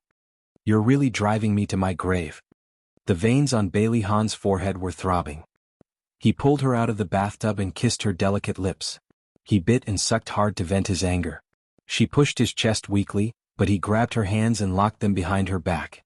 He hugged her tightly in his arms and kissed her deeply, punishing her. He only let go of her when she moaned in pain. His dark eyes stared into her misty ones and he asked in a hoarse voice, "Woman, do you know who I am now?" "Brother Shin." She muttered pitifully. "You bit me, Brother Shin, Brother Shin. Does she only have Mika Kito in her heart?" Bailey Han was angry and jealous. Looking at her lips that had become red and swollen because of his rough actions, he had the urge to press her down and punish her. "Damn it." He cursed and flung her away. He threw her into the bathtub and left, slamming the door behind him. He walked quickly to the hall and sat by the bar. The anger in his heart was still uncontrollable. "What's wrong? Why do you look so upset? Did that little wild cat scratch you?" Xiao Tianxing sat beside him and gestured for the bartender to pour a glass of wine and put it in front of Bailey Han. "Don't mention her." Bailey Han took a sip of wine in annoyance and said coldly, "Could it be that I guessed correctly?" Xiao Tianxing supported his head with one hand and smiled lazily. "She's a very interesting woman. Only she would dare to treat you like this." Bailey Han finished the wine in his glass with a sullen face. The bartender immediately poured him another glass. Xiao Tianxing saw his annoyed look and showed a rare kindness. He stopped teasing him and changed the topic. "When are you and Yun Xian planning to get married?" Xiao Tianxing didn't know that at this moment, Bailey Han was even more annoyed by this topic. His expression became even worse. He said coldly, "I want to be alone for a while." Xiao Tianxing shrugged. "All right then. You can be alone for a while. But don't drink too much. I'll get someone to help you drive later." Bailey Han nodded. His long and slender fingers picked up the wine glass and poured another glass of wine after finishing the glass. They hadn't contacted Yun Xian for a week. He was also seriously thinking about what she had said before. What did she want? He didn't know how much wine he had drunk, but his mind was still clear. He felt that he should go back and check on that idiot Xia Dong. What if she drowned herself in the bathtub? In the bathroom of the VIP room, Xia Dong leaned against the edge of the bathtub and fell asleep. Her clothes were pulled open, revealing a patch of spring. The soaked clothes wrapped around her body and didn't cover her at all. Instead, it outlined her curves and made her even more charming. She slept peacefully with a comfortable smile on her face.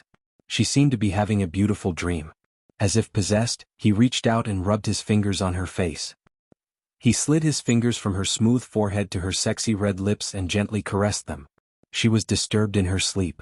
She groaned impatiently and rubbed her cheek against the back of his hand. He chuckled. Tianxing was right. You really are like a little wild cat baring its fangs and brandishing its claws. He put his arm around her waist and said in a low voice, "It's not comfortable to sleep here. I'll take you back to bed." Xia Dong woke up at that moment. However, she pretended not to wake up. She closed her eyes and lay on his chest, listening to his heartbeat. After being intoxicated by the alcohol, she became abnormally clear-headed. The person hugging her was Bailey Han. Her chance had come again. She was so excited that she almost couldn't control her emotions. She pretended to wake up slowly, still pretending to be drunk. She hugged his neck and murmured, "Bailey Han?" Bailey Han looked down at the person in his arms and smiled. "You finally know who I am." Xia Dong hugged him tightly and said softly, "Bailey Han, you're so nice." He thought that she was still drunk, so he didn't argue with her. He put her in front of the bed, and her wet clothes immediately wet the carpet under her feet. "Stand firm. I'll get you a towel." He was actually drunk as well. He was swaying as he walked, but his mind was still clear. He took the towel and let her wipe herself. She pouted and said pitifully, "No, I want you to help me wipe myself." Xia Dong couldn't help but shiver when she made such a coquettish sound. Bailey Han was already used to her torment. He sighed helplessly and really helped her wipe herself. Xia Dong was like a puppet. She let him take off her wet clothes and wrapped herself in a towel. "Bailey Han, why aren't you married yet?" she asked curiously as she tilted her head. Bailey Han frowned. He started to feel dizzy. "You don't have to care about my matters. I think it's not easy for Su Yinqian. She loves you so much." Xia Dong felt guilty that she stole his seed and caused Bailey Han to betray Su Yinqian. She wanted to make up for it. Bailey Han was also drunk. He unknowingly said what was on his mind. "I love her and have thought of marrying her, but I don't know why, but I've been feeling more and more tired recently. It's like there's something missing between us." Men are all the same. When they're tired of it, they abandon it. I'm not. You've already made it very obvious. Add. Xingwu 799.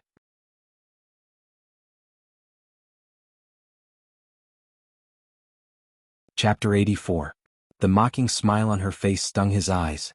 He wanted to stop her chattering mouth. So, he suddenly pulled her into his arms and kissed her lips. The beautiful taste made him sink into it. He couldn't extricate himself. His initial goal had changed. He enjoyed the feeling of kissing her. It wasn't known who touched the other's body first, but they rolled onto the bed. Although Bailey Han was already drunk, he was very clear about what he was doing. He suddenly wanted to indulge himself for once, so he didn't force himself to suppress it. He felt strange. Every time he was with Yin Qian, he would restrain himself at the last moment when he was aroused. He couldn't have her. Why did he have Xia Dong so naturally? They were like two lonely souls that fit together perfectly. They panted and moaned. The whole room was filled with an ambiguous atmosphere. This time Bailey Han woke up first. Xia Dong lay naked in his arms. He rubbed his eyebrows. He had a headache. He remembered clearly what happened last night. He was the one who initiated it. Just as Bailey Han was having a headache, the door of the room was suddenly slammed open. A man barged in aggressively. Behind him were the bodyguards who couldn't stop him. Bailey Han quickly pulled the blanket over Xia Dong. He looked at the man who barged in. His eyes were burning with anger. Get him out. When Beitang Shin saw the scene on the bed, he flew into a rage and rushed forward. When the bodyguards heard Bailey Han's order, they rushed forward to stop Beitang Shin without any regard for their lives. However, they were beaten down by him with a few punches. Bailey Han didn't stay idle. He quickly put on his clothes and raised his leg to block Mika Kito's fatal blow. Mika Kito didn't hit him. He punched again. The fierce wind from his fist came. In just a few minutes, the two of them had exchanged dozens of blows. Bailey Han, you bastard. I'm going to kill you. Mika Kito gnashed his teeth. His eyes were bloodshot. He was violent and bloodthirsty. His every move was ruthless and fatal. Bailey Han had never met such a strong opponent. He didn't dare to be careless. He pursed his lips and his eyes were cold. "What's your relationship with Xia Dong?" "You don't deserve to know." Mika Kito punched his nose. "You damn bastard. You've hurt Xia so deeply. How can you bear to hurt her?" Bailey Han reached out to block his fist. His face was cold. "This is between me and her. You don't have to interfere. Someone like you doesn't deserve her." The two of them put their arms together. They were evenly matched. One was cold and domineering while the other was ruthless and heartless. They fought each other with their eyes and a strong aura enveloped them. Xiao Tianxing, who had heard the news, came over and saw them fighting. He gestured for the bodyguards to leave. He slowly walked over to the two of them and said, "You two, let's sit down and talk. It's not good to scare Xia Dong." Bailey Han and Mika Kito turned their heads at the same time and looked at Xia Dong on the bed. Xia Dong hid under the quilt and covered her head tightly. She didn't expect Brother Shin to see this scene. She was so embarrassed and didn't know how to face him. She could only hide like an ostrich. Beitang Shin's anger flared up even more. He couldn't wait to skin Bailey Han alive. "Xia, did this bastard force you to do this? Don't worry, I'll get justice for you." Xia Dong wanted to kill herself with a piece of tofu. She gritted her teeth, pulled the quilt away from her head and said clearly, "Brother Shin, let him go." "Xia?" Mika Kito looked at Xia Dong in disbelief. Xia Dong met his angry gaze firmly and repeated, "Brother Shin, let him go." With a loud bang, Beitang Shin's fist smashed on the glass table beside Bailey Han, and a crack instantly appeared on the table. Beitang Shin glared at Bailey Han fiercely, as if he wanted to stare a hole into Bailey Han before he felt relieved. He squeezed out a word from between his teeth, "Get lost." Bailey Han straightened his clothes that were messed up by Mika Kito's claw. Even so, his movements were arrogant and dignified, without any trace of embarrassment. He looked at Xia Dong and said calmly, "I'll give you an explanation." Xia Dong hurriedly said, "No need. Let's forget what happened last night." Bailey Han looked at her deeply and left calmly. Only Xia Dong and Mika Kito were left in the room. Xia Dong immediately felt a strong pressure. It was like a mountain pressing down on her, making it hard for her to breathe. She shrunk her neck and said dryly, "Brother Shin, can you go out for a while?" Mika Kito's thin lips were tightly pursed. Her eyes were as dark as the sky before a storm, terrifyingly cold. She timidly called out again, "Brother Shin." Mika Kito's body stiffened. She clenched her fists and tried to control her anger. She said as calmly as she could, "Okay, I'll be outside. Call me if you need anything." In the bathroom, Xia Dong looked at herself in the mirror. She was in a mess, especially the bruises on her neck. She pulled a long face and was about to cry. After taking her time to wash up, she walked out of the bathroom wrapped in a bathrobe and found a dress on the bed. Then she heard Mika Kito knocking on the door. "Xia, I got someone to buy a dress. It's on the bed. Try it on." "Okay. Thank you, Brother Shin." Xia Dong changed into the dress. It fit her very well, as if it was specially designed for her. However, the bruises on her neck were very obvious. It was obvious at a glance what had happened. She opened the door awkwardly and almost didn't dare to look at Mika Kito, who was waiting at the door. Mika Kito's eyes fell on the bruises on her neck. His pupils constricted and a cold storm swept across his face.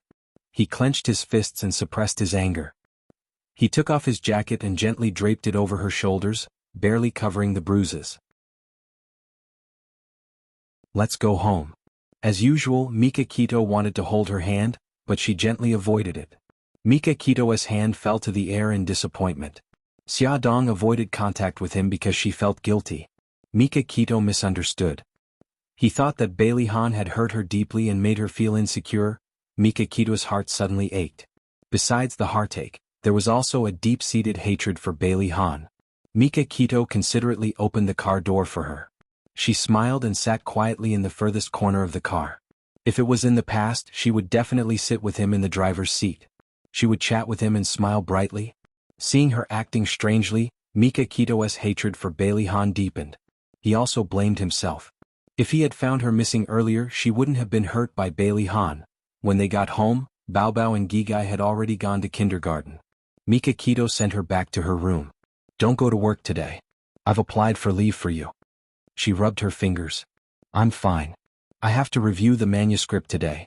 I can't be absent." Then I'll ask your assistant to send the manuscript to your email. You can review it at home too. Mika Kito's attitude was firm. Xia Dong couldn't argue with him, so she could only nod in agreement. Mika Kito indeed asked Lilith to send the manuscript to her email. He also called the Human Resources Department to apply for leave. Xia Dong belatedly realized a problem. If Mika Kito applied for leave for her, would her colleagues have any bad thoughts? However, now was not the time to worry about this. She had more troublesome things to deal with. She held the glass of warm water that Mika Kito poured for her. She hesitated for a while and said, "Brother Shin, what happened last night?" Mika Kito interrupted her. He didn't want her to recall the bad memories. "Don't mention what happened last night. You should rest first. I'm going out for a while. I'll be back soon." Xia Dong quickly grabbed his arm and said anxiously, "Brother Shin, promise me that you won't hurt Bailey Han." She knew what he was capable of. He definitely wouldn't let Bailey Han off. As if a cold wind had passed through, Mika Kito's eyes quickly turned cold. "You're protecting him?" "No, Brother Shin. You've just arrived in China. Don't stir up trouble so easily. You know that Bailey's family has some influence in a city. Promise me that you won't get into a conflict with them, okay?" There was an indecipherable emotion in his eyes. "I promise you that I won't hurt him." But he wouldn't let him off either. Xia Dong let go of his arm and forced a smile. "Then come back early. I'll wait for you to have lunch together." "Okay." He rubbed her hair gently. Mika Kito walked into the elevator and called Jianghu. "Jianghu, help me check Bailey Han's background. I want to know all his business partners and competitors within 2 days." After hanging up the phone, Mika Kito's lips curled into a sinister smile. He had only promised Xia that he wouldn't hurt Bailey Han, but he didn't say that he wouldn't destroy his career. For a proud man like him, destroying his career was equivalent to destroying his self-esteem. It would be more effective than hurting him directly. Boa Real Estate, a company that was on the verge of bankruptcy because of the shoddy construction, suddenly grew stronger overnight. It was rumored that this company had the backing of 2 major conglomerates, Italy and Japan. From the chairman to the senior management, there was a complete change in personnel. The current chairman was Japanese and his name was Mika Kito. Not only did Boa Real Estate invest in real estate, but it also began to enter the gaming industry and the clothing industry. It acquired several companies that were relatively competitive. Boa Real Estate and its subsidiaries and branches were officially renamed Boa Group, with Mika Kito as the group's CEO. From then on, Boa Group became Xinghao Group's biggest competitor. Mika Kito's name immediately swept the streets and alleys. He became the new favorite of the media and the latest target of the socialites. He and Bailey Han were ranked at the top of the list of men that women in a city wanted to marry the most. Bailey Han's office.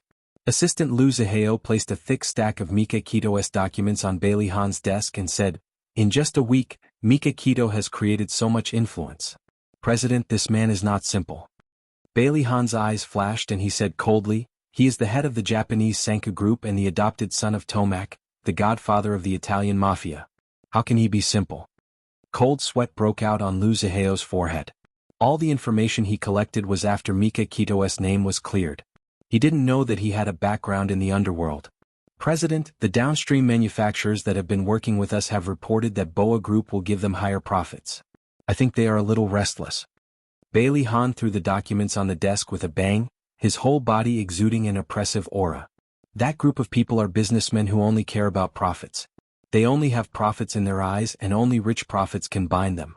It's normal for them to have ideas.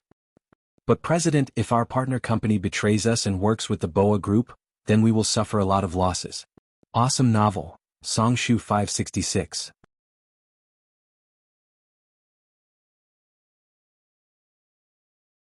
Chapter 85. Bailey Han tapped his slender fingers on the table and frowned. "Zihao, aren't we thinking about launching a new generation of products? We can use this as an opportunity to change the storage model and new packaging materials." His lips curved into a cold smile. "It's not that they've turned their backs on us, but that we're going to change and abandon them. Mika Kito, what other tricks do you have up your sleeve? Just use them." Just as Bailey Han was busy dealing with Mika Kito, Su Yunqian came to his office with an exquisite lunchbox. "Yunqian, why are you here?" Bailey Han came back from a meeting and saw her. He froze for a moment and adjusted the tie around his neck. "Have you been waiting for a long time?" "No, I just got here too." Su Yunqian stood in front of him and gently untied his tie. We haven't seen each other for a few days. Don't you miss me? Bailey Han looked at her. You know I've been very busy these past few days. She smiled. I was just joking. I know you forget to eat when you're busy, so I made some soup for you. She pulled him to sit on the sofa and placed the lunch boxes in front of him one by one. There were his favorite braised pork ribs, ginseng chicken soup, stir-fried vegetables, and a small box of fruit salad. The dishes looked very attractive. Bailey Han tasted them one by one and drank half a bowl of soup. There was a gentle smile in his eyes. Yunqian, it's been hard on you. You don't have to be polite with me. I'm happy that you like it. Su Yunqian smiled and fed him a piece of fruit. Bailey Han smiled and opened his mouth. She put the fruit in his mouth and looked at him intently and affectionately. Han, forget what I said that night. Let's be together, okay? Xia Dong's words suddenly popped up in his mind. I think Su Yunqian doesn't have it easy. She loves you so much. Bailey Han reached out and held her hand. He smiled. Today we'll go to the kindergarten to pick up Xiao Yi and go out for dinner. What do you want to eat? French food? Or Italian? Su Yunqian leaned into his arms and said gently, let's ask for Xiao Yi's opinion. He stroked her hair and replied absent-mindedly, After sending off Su Yunqian, Bailey Han felt a little stuffy in his chest. Sitting in front of his desk, he couldn't read a single word on the document. Xia Dong's face kept popping up in his mind. He had said that he would give her an explanation, but he hadn't contacted her for a week. Would she think that he was someone who would abandon her after eating her? However, what right did he have to make that promise? Bailey Han pinched his eyebrows helplessly. After hesitating for a while, he still dialed Xia Dong's office number. Hello, I'm Xia Dong. Who are you? Bailey Han. Xia Dong's hands trembled, but her voice was still calm. Mr. Bailey, what's the matter? Bailey Han paused. I've been quite busy this week. He considered it as an explanation for why he hadn't contacted her this week. Xia Dong put her hand to her forehead. So? If you have time, we can talk about what happened that night. There's no need. Xia Dong quickly interrupted him. Mr. Bailey, we were both drunk that night. Just treat it as a misunderstanding and let's forget about it. Bailey Han frowned. He was a person who dared to take responsibility for his actions. If I remember correctly, I was the one who initiated it that night. Xia Dong had a headache. She rubbed her temples. Mr. Bailey, although you initiated it, I didn't reject you. So in the end, we were both willing parties. Just like last time, let's forget about it at the same time. Isn't that good?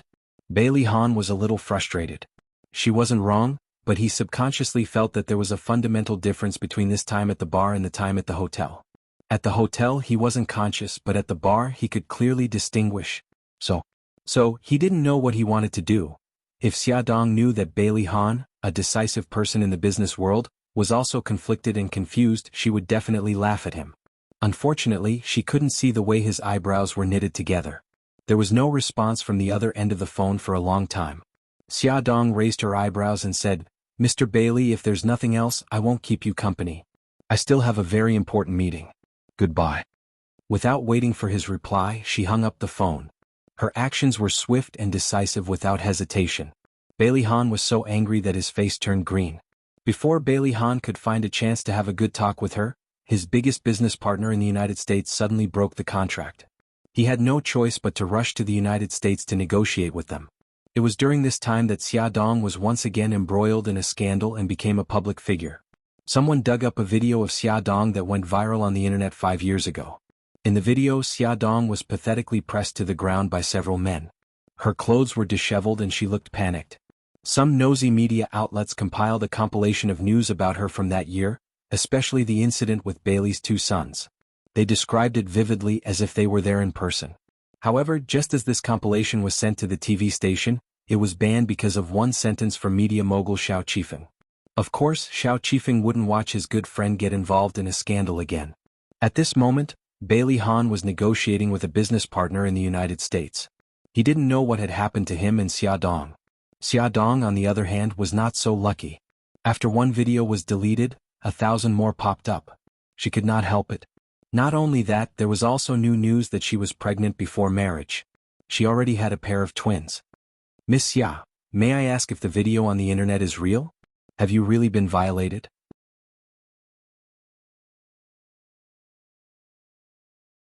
She could also see that someone wanted to make a big fuss about what happened 5 years ago. Unfortunately, she was no longer the Xia Dong of 5 years ago. She would not be defeated so easily. This time, Gigai and the baby's identity was completely exposed. It might bring danger to them. She had to be more careful in the future. As soon as she hung up Bailey Yun's call, Mika Kito called. His voice was very anxious. Xia, where are you? I was just about to pick you up, but there was a traffic jam on the way. Xia Dong's company was in the North 3rd Ring Road, while his company was in the West 3rd Ring Road. When he realized that something was wrong, he rushed to her place, but he was still one step too late. Don't worry, Brother Shin. I'm fine now. But I'm worried that there might be trouble at the kindergarten and my aunt's side. I've already asked someone to deal with it. Jianghu has already gone to the kindergarten to pick up the baby and Gigai. Then I'm relieved. Xia, don't worry. I will solve this matter as soon as possible. As long as the mastermind was not found, Xia Dong and the children would be in danger. He had to use the power of the gang. In the study of Mika Kito's villa, a hacker's fingers were rapidly typing on the keyboard. Boss, the other party is using a foreign server. Unless we break the firewall in England, we won't be able to find the other party's IP address. Beitang Shin furrowed his brows. Then a smile appeared on his lips. There is one person who can break it. Soon Xia Xiaobao was brought into the study. He was holding a small white notebook in his arms, and his large black-framed sunglasses almost covered half of his face. He raised his chin coolly. Uncle Shen, leave it to me. I will definitely find the big bad guy who framed my mommy from the internet. One of his subordinates immediately carried him to a high chair. He sat on it with a serious expression. His small fingers moved quickly, and lines of code quickly slid across the computer screen. Suddenly he stopped. What's the matter? Mika Kito leaned over to look at Xiaobao's computer screen. Xiaobao raised his eyebrows and said, Uncle Shin, the software can't handle this line of password. Look at what happens when I treat the password as a target file.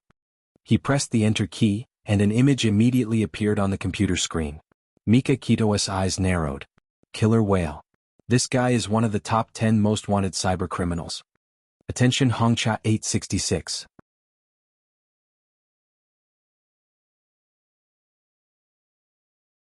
Chapter 86. Xiaobao rubbed his chin. Give me half an hour.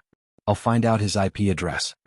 With that, he buried himself in work and continued to think of ways to break the trap set by the other party. Half an hour later he finally got the answer while sweating profusely. The video address is from Birmingham, England. Xiaobao, well done. Mika Kito rubbed his head happily.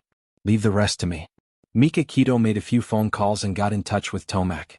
Tomac attached great importance to this matter and mobilized a large number of people to search for information related to the killer whale. After a night of hard work, all the videos on the internet had been deleted. All the media had also warned them to ban the reports that should be banned. However, there were still many rumors that were unfavorable to Xia Dong. Even her colleagues looked at her strangely. However, Xia Dong didn't care at all. She went to work and picked up her children. After the baptism 5 years ago, she already had a good mental fortitude. Mika Kito couldn't hold back anymore. How could he bear to let the woman he had doted on for 5 years suffer such a big grievance? Therefore he planned a play that would make Bailey Han fly into a rage. Finally it was time to get off work. Xia Dong rubbed her brows when Mika Kito suddenly called her. Xia, I'll wait for you downstairs. I'll take you somewhere tonight. Huh. Okay, I'll be right down. Xia Dong quickly packed her things, grabbed her handbag and walked downstairs. Before she entered the elevator, Bailey Yun called her. Xia, I'm already downstairs. Come down when you're done. Xia Dong was stunned. Fox, are you taking me home? Bailey Yun laughed. My purpose is very obvious, isn't it? Although the video incident had been resolved and there were no large number of reporters surrounding her, he was still worried about her. Xia Dong heaved a sigh of relief. Fox, thank you, but I already have an appointment with someone. Male or female? Bailey Yun was like a cat whose tail had been stepped on. He immediately stood on end. A man. What's his name? Bailey Yun immediately roared furiously. Xia Dong's ears were ringing. Mika Kito, a friend from Japan. Bailey Yun scolded angrily. Mika Kito? Was that the nouveau riche? Xia, the Japanese are not good people. Don't be fooled by him. Xia Dong wiped her sweat. Fox, you worry too much. He and I have been old friends for many years. Old friend? Bailey Yun felt even more threatened. He couldn't wait to crawl out of the phone to Xiaodong and pull her back by the ear. He gritted his teeth and said, "Xiaodong, do you really want to go?" Xiaodong was already in the elevator.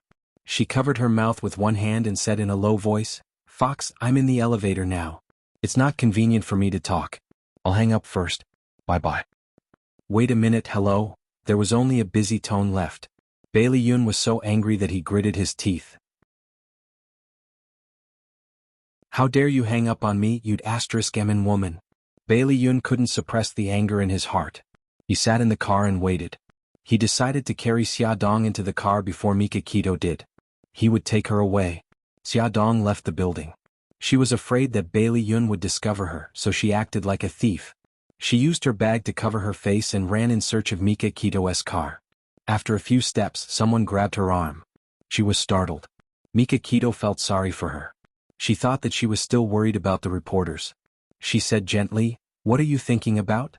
Didn't you notice me behind your back?" "It's okay. Let's go." Xiaodong was worried that Bailey Yun would suddenly appear from a corner.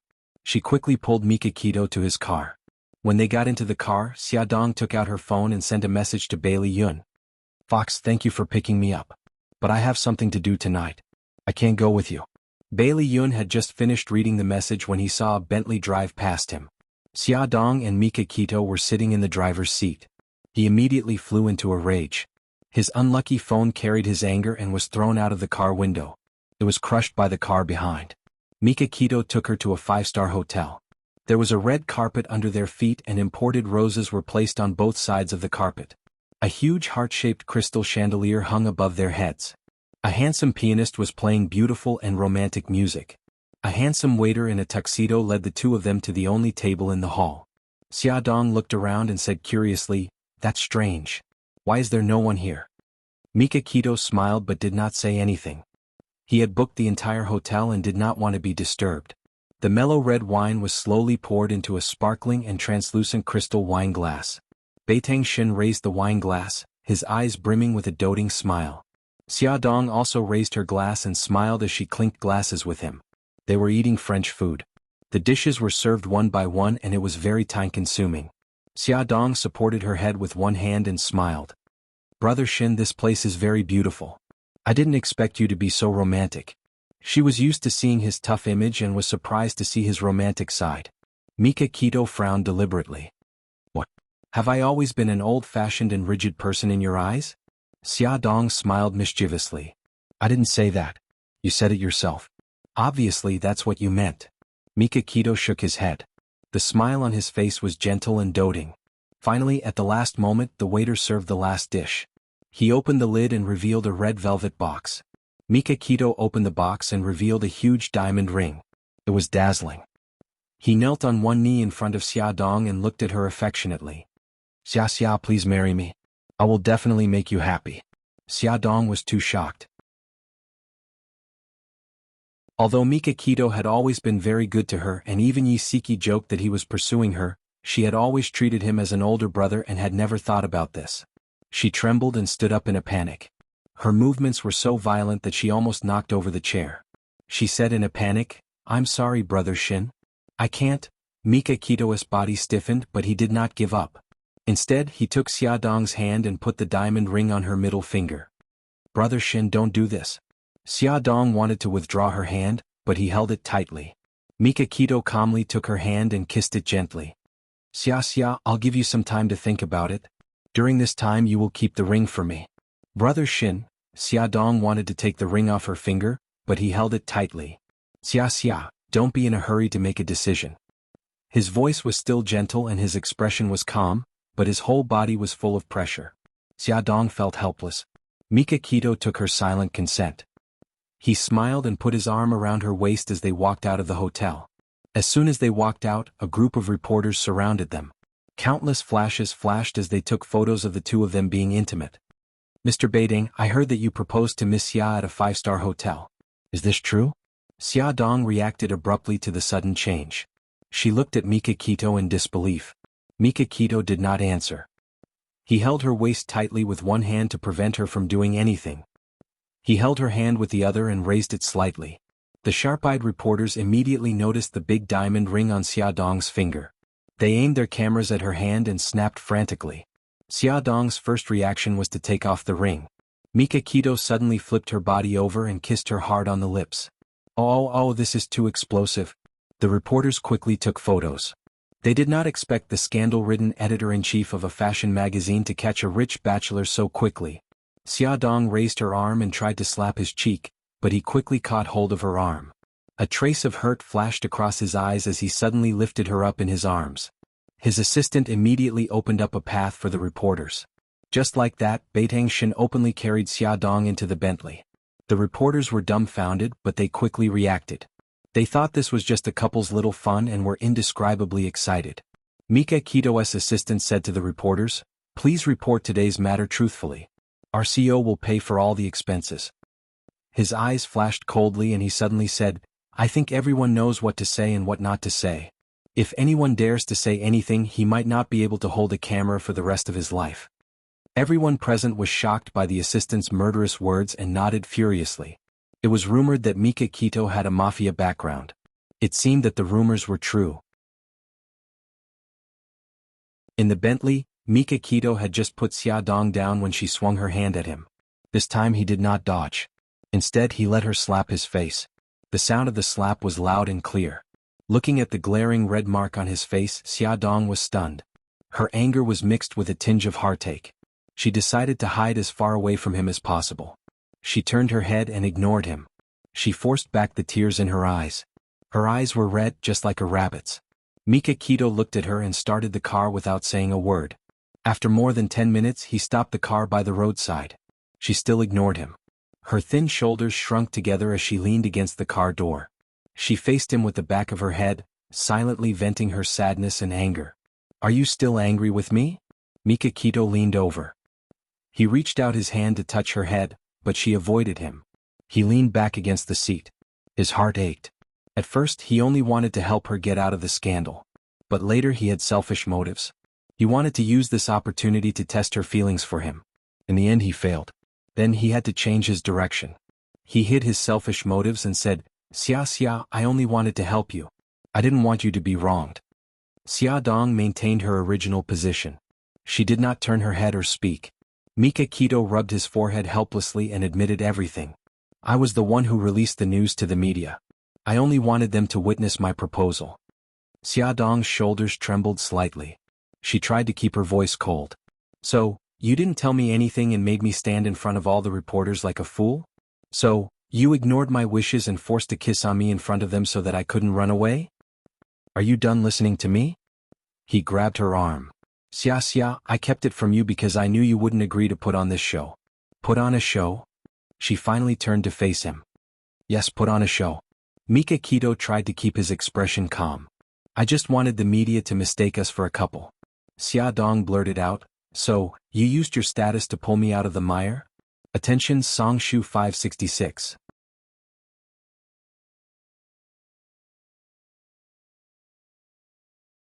Chapter 87. Xingwu 799.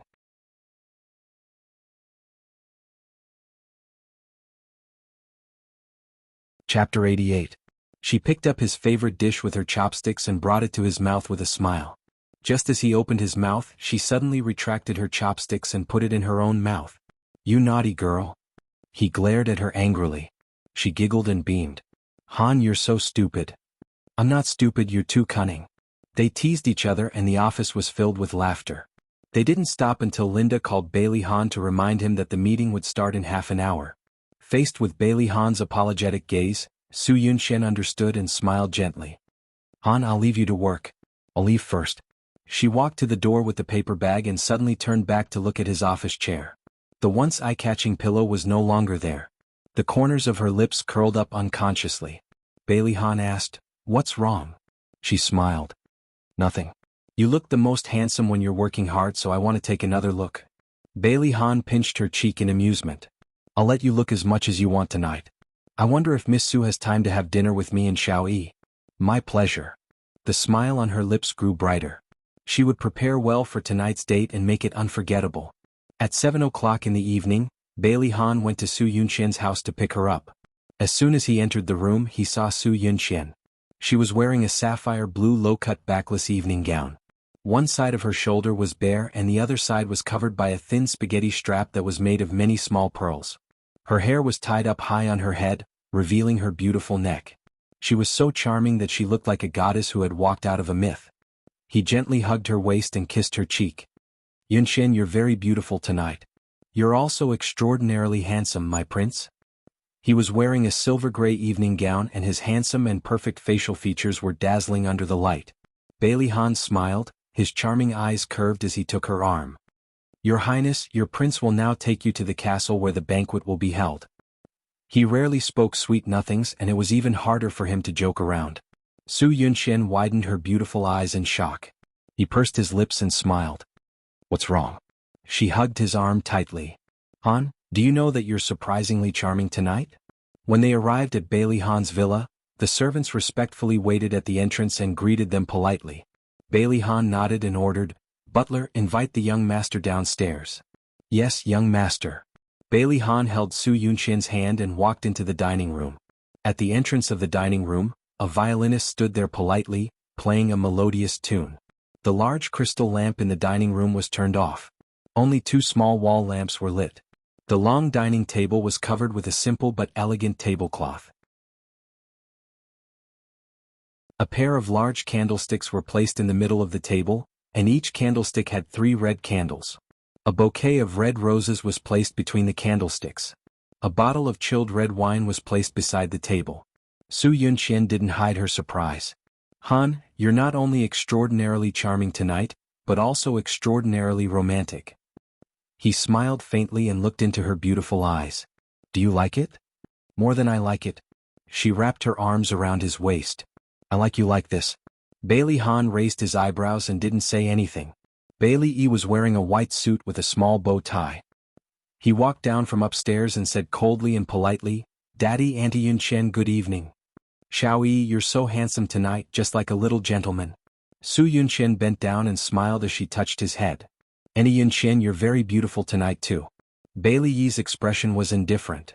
"Xiao Yi, you're so obedient. Shall I carry you to the chair?" "No need to trouble you. I can sit on it myself." In order to match his height, Bailey Yi's chair was specially made. It was slightly shorter than a normal chair, but it still reached his waist. If it were a normal child, they would definitely climb up in a sorry state. However, he supported his hands on the chair and sat on it easily. His movements were elegant. When they were eating steak, Su Yunxian took the initiative to cut the steak for Bailey Yi. Bailey Yi said thank you, and accepted her kindness. The two of them seemed to get along very well. Bailey Han saw this and felt very happy. He personally poured red wine into Su Yunxian's glass. She smiled and clinked glasses with him. Tonight's dinner, from the appetizer to the dessert, was according to her preferences. She could see that Bailey Han had put in a lot of effort, so naturally she was in a very good mood. After eating the fruit, Bailey said politely, "Daddy, Auntie Yunxian, I'll go upstairs first. Good night." "Good night." Su Yunxian touched his head like a hostess and asked the nanny to take him upstairs. "What are we going to do now?" Su Yunxian asked as she nestled in Bailey Han's arms. "Go for a drive by the beach?" "I don't think so. It's very windy by the beach." She hugged his neck and acted coquettishly. "Let's go to your room and watch some DVDs together." "Okay. Don't forget to bring the red wine." She dragged him out of the dining room and up the stairs. At the same time, a small figure secretly climbed onto the balcony outside Bailey Han's room from the balcony of the room next door. He took out a small beetle from his trouser pocket and stuck it on the large floor-to-ceiling window. From afar, it was just a small black dot left on the window glass. It was very easy to miss, especially at night when the light was not good. After doing all this, the small figure climbed over the balcony and returned to his room. He turned on the small laptop and adjusted the video. The computer screen immediately showed the situation in Bailey Han's bedroom. On the screen, Su Yunxian held Bailey Han's hand and entered the room. The little guy who was hiding under the quilt immediately revealed a proud smile. The plastic beetle was installed with a pinhole camera. He had already used this surveillance method to ruin many of the dates between that annoying woman and Daddy. Su Yunxian turned off the chandelier in the room, leaving only the wall lamp by the bedside. The two took off their shoes and leaned against each other on the soft and wide sofa. The CD player was playing a romance film. At the end of the movie, Su Yunxian lay on his chest and cried. He took a tissue and wiped her face. "You're still the same as before." You cry like a little cat whenever you watch a romance film. Don't laugh at me. I'm going to take a shower in case you dislike me. She punched his chest and got up. She winked mischievously. I just wiped my tears all over you. Are you sure you don't need to go downstairs and take a shower? Bailey Han ruffled her hair in annoyance. Su Yunxian went into the bathroom. Bailey Han had a serious obsession with cleanliness. Of course he couldn't stand being dirty. He took a bathrobe and went downstairs, intending to use the bathroom downstairs to take a shower. Hearing the door close, Su Yunxian immediately walked out of the bathroom. Her clothes were still intact. It was obvious that she was waiting for Bailey Han to leave. She hurried to the sofa, found her handbag and took out a small bottle. She poured out a pill from the bottle and put it into the red wine. She shook it to make sure that the pill had completely melted before she went back to the bathroom with relief. Bailey jumped out of bed. That hateful woman actually drugged Daddy. How hateful. He clenched his small fists tightly and suddenly jumped out of bed. He ran downstairs and climbed onto a chair. Gritting his teeth, he struggled to take an identical bottle of red wine from the wine rack by the bar. He hugged it and sneaked upstairs. He poured out half of the red wine, leaving about the same amount. He rummaged through the cabinets and found a small medicine bottle. He poured out a pill and put it into the bottle. Holding the bottle, he couldn't climb over from the balcony. Even if he climbed over, he couldn't open the locked floor-to-ceiling windows from the inside. There was only one way left. Bailey stuck his head out and looked around. Very good, there was no one in the corridor. He quickly hugged the bottle and rushed to the door of the next room. He quickly pushed the door open and entered. Fortunately, Daddy didn't lock the door just now. He decisively and quickly changed the red wine. Just as he was about to leave with the bottle, Su Yunxian's voice suddenly came from the bathroom. Han, is that you? Bailey covered his mouth with his other chubby hand. He leaned against the wall and tiptoed to the door. He was already close, just one step away. Very good. He nimbly squeezed through the crack in the door. Just as he ran to the door of his room with the bottle in his arms, he heard Daddy's footsteps and his puzzled voice. Xiao Yi, what are you doing at the door? At this time, Bailey Yi's back was facing the stairs.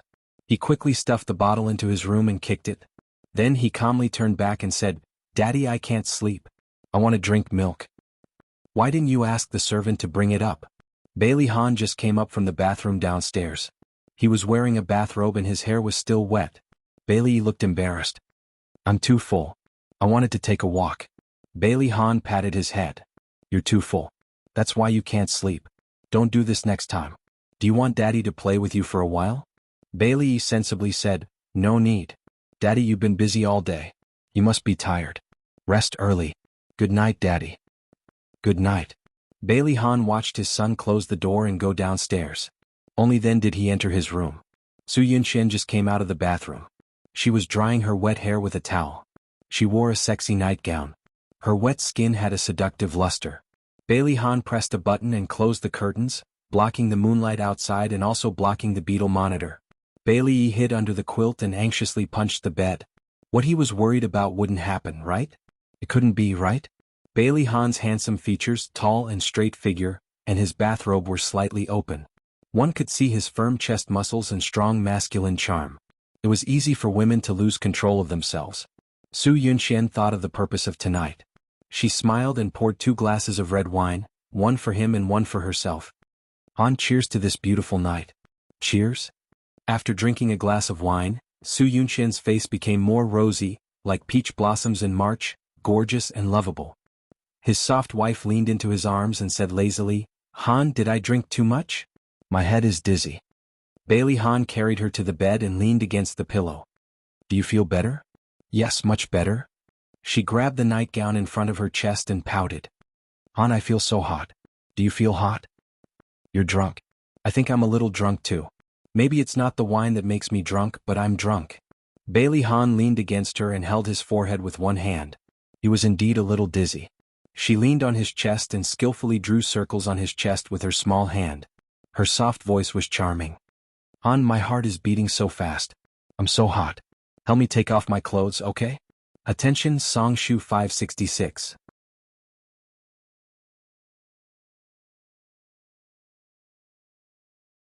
Chapter 89. Bailey Han looked at her misty eyes and knew that she was drunk. He grabbed her hand to prevent her from lighting the fire and said in a hoarse voice, If it's hot, I'll lower the air conditioner. He was about to get up to get the remote control when she hugged him. Her red lips pressed against his urgently. Her hands caressed his body and rubbed his sensitive spots. He thought of her compromise and remembered the intimate engagement photos of Xia Dong and Mika Kito. He suddenly turned over and pressed Su Yunxian under his body. He kept kissing her face and neck. The straps of her nightgown slid down. Han, I love you. Su Yunxian put her hands on his neck and the two of them were tightly pressed together. Bailey Han's consciousness began to fade. His lips were kissing her chest, but the next second he suddenly lay motionless on her chest. Han? Su Yunxian pushed him impatiently and confusedly, but he didn't move. Gradually she also lost consciousness. Bailey Han slept very soundly. He only woke up when the sunlight pierced his eyes. He turned over and touched a soft body. His eyes opened abruptly. Sure enough, there was a woman lying beside him. She was wearing a black spaghetti-strap nightgown. Her long hair was draped over her shoulders, and her back was facing him. He rubbed his forehead. What happened last night gradually came to his mind. He and Su Yunxian had finished dinner and went upstairs. They drank a little wine and then got drunk. They hugged each other and fell on the bed. He pulled the quilt open and saw that they weren't wearing anything. His heart thumped wildly. They had done it many times but they didn't break through the last juncture. He didn't expect that he would really do it last night. He felt a little complicated and panicked. Yunxian. He hugged her back and turned her body around. He found that her eyes were filled with tears. Yunxian, last night Su Yunxian threw herself into his arms and stopped him from continuing. Han, I'm finally yours. Why do I feel a little sad? Bailey Han hugged her tightly. Yunxian, I admit that I was wrong. You are a pure and good girl. I hurt you. I will make it up to you. Don't be sad. She sobbed in his arms and shook her head. I don't know. I was willing to give myself to you. I should have been happy, but I'm sorry. I'm sorry. Don't say sorry. It's not your fault. It's all my fault. Yunxian, look at me. He held her shoulders and raised her head. His expression was so serious. He said word by word, Yunxian, I will take responsibility. I will marry you. When we return to the old mansion tomorrow night, I will mention the marriage to my family. Come back with me. She cried pitifully. Really? You won't abandon me? Silly girl, why would I abandon you? He stroked her long hair. You have already become my woman. I will definitely take responsibility. She smiled through her tears.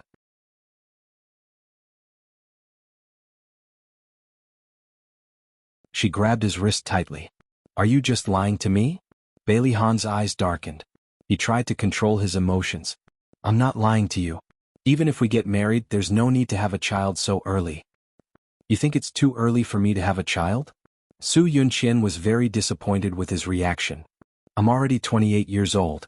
I'm not 18 years old. He closed his eyes and said calmly, Xiaoyi is still young. I want to wait until he's older to have a child. Su Yunxian was so angry that her body began to tremble, but she still controlled herself. She covered her face and cried. You don't love me at all. You only think about your son and have never thought about me. I'm not young anymore. If I don't have a child, I'll be an advanced pregnant woman in the future. It's very dangerous for an advanced pregnant woman, do you know that? She sobbed and said a lot. Bailey Han was confused and soft-hearted. He had already been very accommodating to her in the past. Now that she had become his woman, how could he let her suffer? Be good, don't cry. I won't buy it. Let nature take its course. If you have a child, we'll give birth to it, okay? Han, you're so nice. Su Yunxian hugged his neck and kissed him on the lips. Bailey Han wiped the tears on her cheeks and held her waist. Are you hungry? Let's go downstairs to eat. You're not going to the office today? I'm not going. I've already told Lu Zihao to cancel today's meeting and stay at home to accompany you. He held her hand and went downstairs. She hugged his arm and smiled embarrassedly. Han, I'm sorry. I take back what I said just now. You love me very much. I can feel it. It's good that you know. Bailey Han scratched her delicate nose with his hand. She leaned into his arms and smiled elegantly and sweetly. People's Hospital, Lin Shihao's office. Xia Dong went to the hospital for a gynecological examination behind everyone's back. Lin Shihao turned on the instrument and she waited anxiously for his verdict. Suddenly, he looked up and she trembled in shock. Shihao, how is it? Lin Shihao beamed. It's good news. Xia Dong, congratulations. You're pregnant. That's great, that's great. Xia Dong was so happy that she almost jumped up. She grabbed Lin Shihao's hand tightly and was so excited that she didn't know what to say. Her tears flowed uncontrollably. I'm sorry. I was too excited. She let go of his hand embarrassedly and wiped her eyes. It's okay. I understand. The child is still very weak. You have to control your emotions and pay attention to some taboos. What you should eat and what you shouldn't eat, what you should do and what you shouldn't do. Lin Shihao rambled on for a long time. Xia Dong didn't feel annoyed at all and listened patiently. She even asked questions from time to time. The two of them chatted for about half an hour before someone knocked on the office door. It was by Mei Wei. She glanced at Xia Dong and smiled. Xia Dong also nodded politely at her. Senior, I'm here to tell you that the surgery is ready. Lin Shihao nodded. Okay, I got it. I'll be right there. Xia Dong quickly stood up. Shihao, I'm sorry to have bothered you for so long. I'll take my leave first. I won't disturb your work anymore. Lin Shihao walked her to the door and reminded her, call me if there's anything. Remember to come back for a checkup in half a month. Xia Dong smiled gratefully. I got it. Thank you. Goodbye. Bai Mei Wei glanced at Xia Dong's back as she left and asked curiously, Senior, what's wrong with her? Lin Shihao said in a businesslike manner, the doctor can't disclose the patient's matters. Bai Mei Wei pouted. I'm your colleague and junior.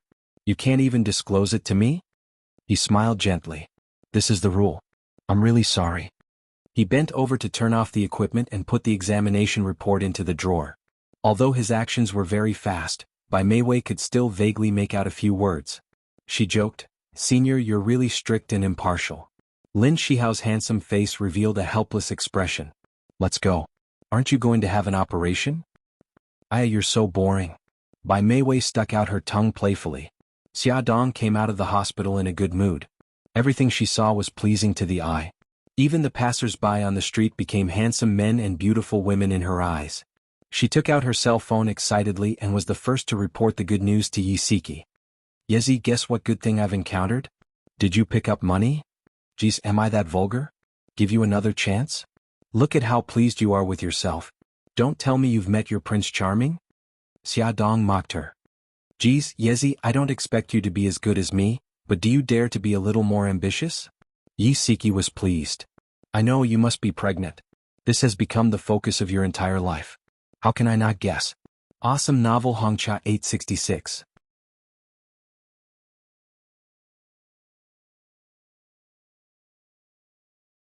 Chapter 90. Xia Dong snorted. You're such a bad guy. I'm pregnant. It's such a big thing, so we have to celebrate it. You have to treat me to a meal. Sure, no problem. We'll eat whatever you want. Pregnant women are the most important. Yi Siki was very forthright. Xia Dong smiled mischievously. I want to eat bird's nest, shark's fin, abalone, lobster. Yi Siki only said one word to her. Get lost. Did she think that a housewife like her was rich? Okay, I'm just joking with you. Do you still remember the courtyard where we lived when we were young? It's been converted into a food street. The last time I went there, I found a Sichuan restaurant called Mouth Fragrance. Why don't we go there? Sure, but you're pregnant. You can't eat spicy food. There are non-spicy dishes in Sichuan restaurants. By the way, I have to bring 2 children with me. You don't mind, do you? Ah. Yi Siki rolled her eyes. Miss, can I say that I mind? Those are your precious son and daughter. You can't leave them at home and go out to have fun alone, right? With a wave of your hand, it's approved. Thank you, Your Majesty. Go. After work, Xia Dong went to the kindergarten to pick up the children. She also greeted Mika Kito and said that she wanted to go on a date with Yi Siki. Mika Kito knew that she and Yi Siki had been best friends for many years, so of course she had no objections. She just asked her to come back early and be careful.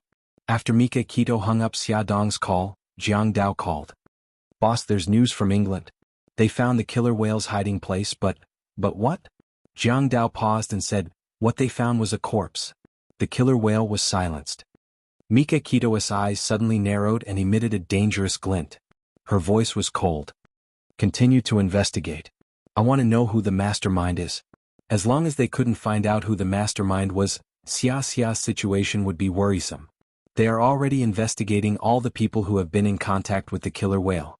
All right, report to me as soon as you have any news. Xia Dong drove to the Gourmet Street. The Gourmet Street was a pedestrian street, so parking was not allowed. She could only park the car in the square more than 100 meters away from the gourmet street. Mommy, are we there yet?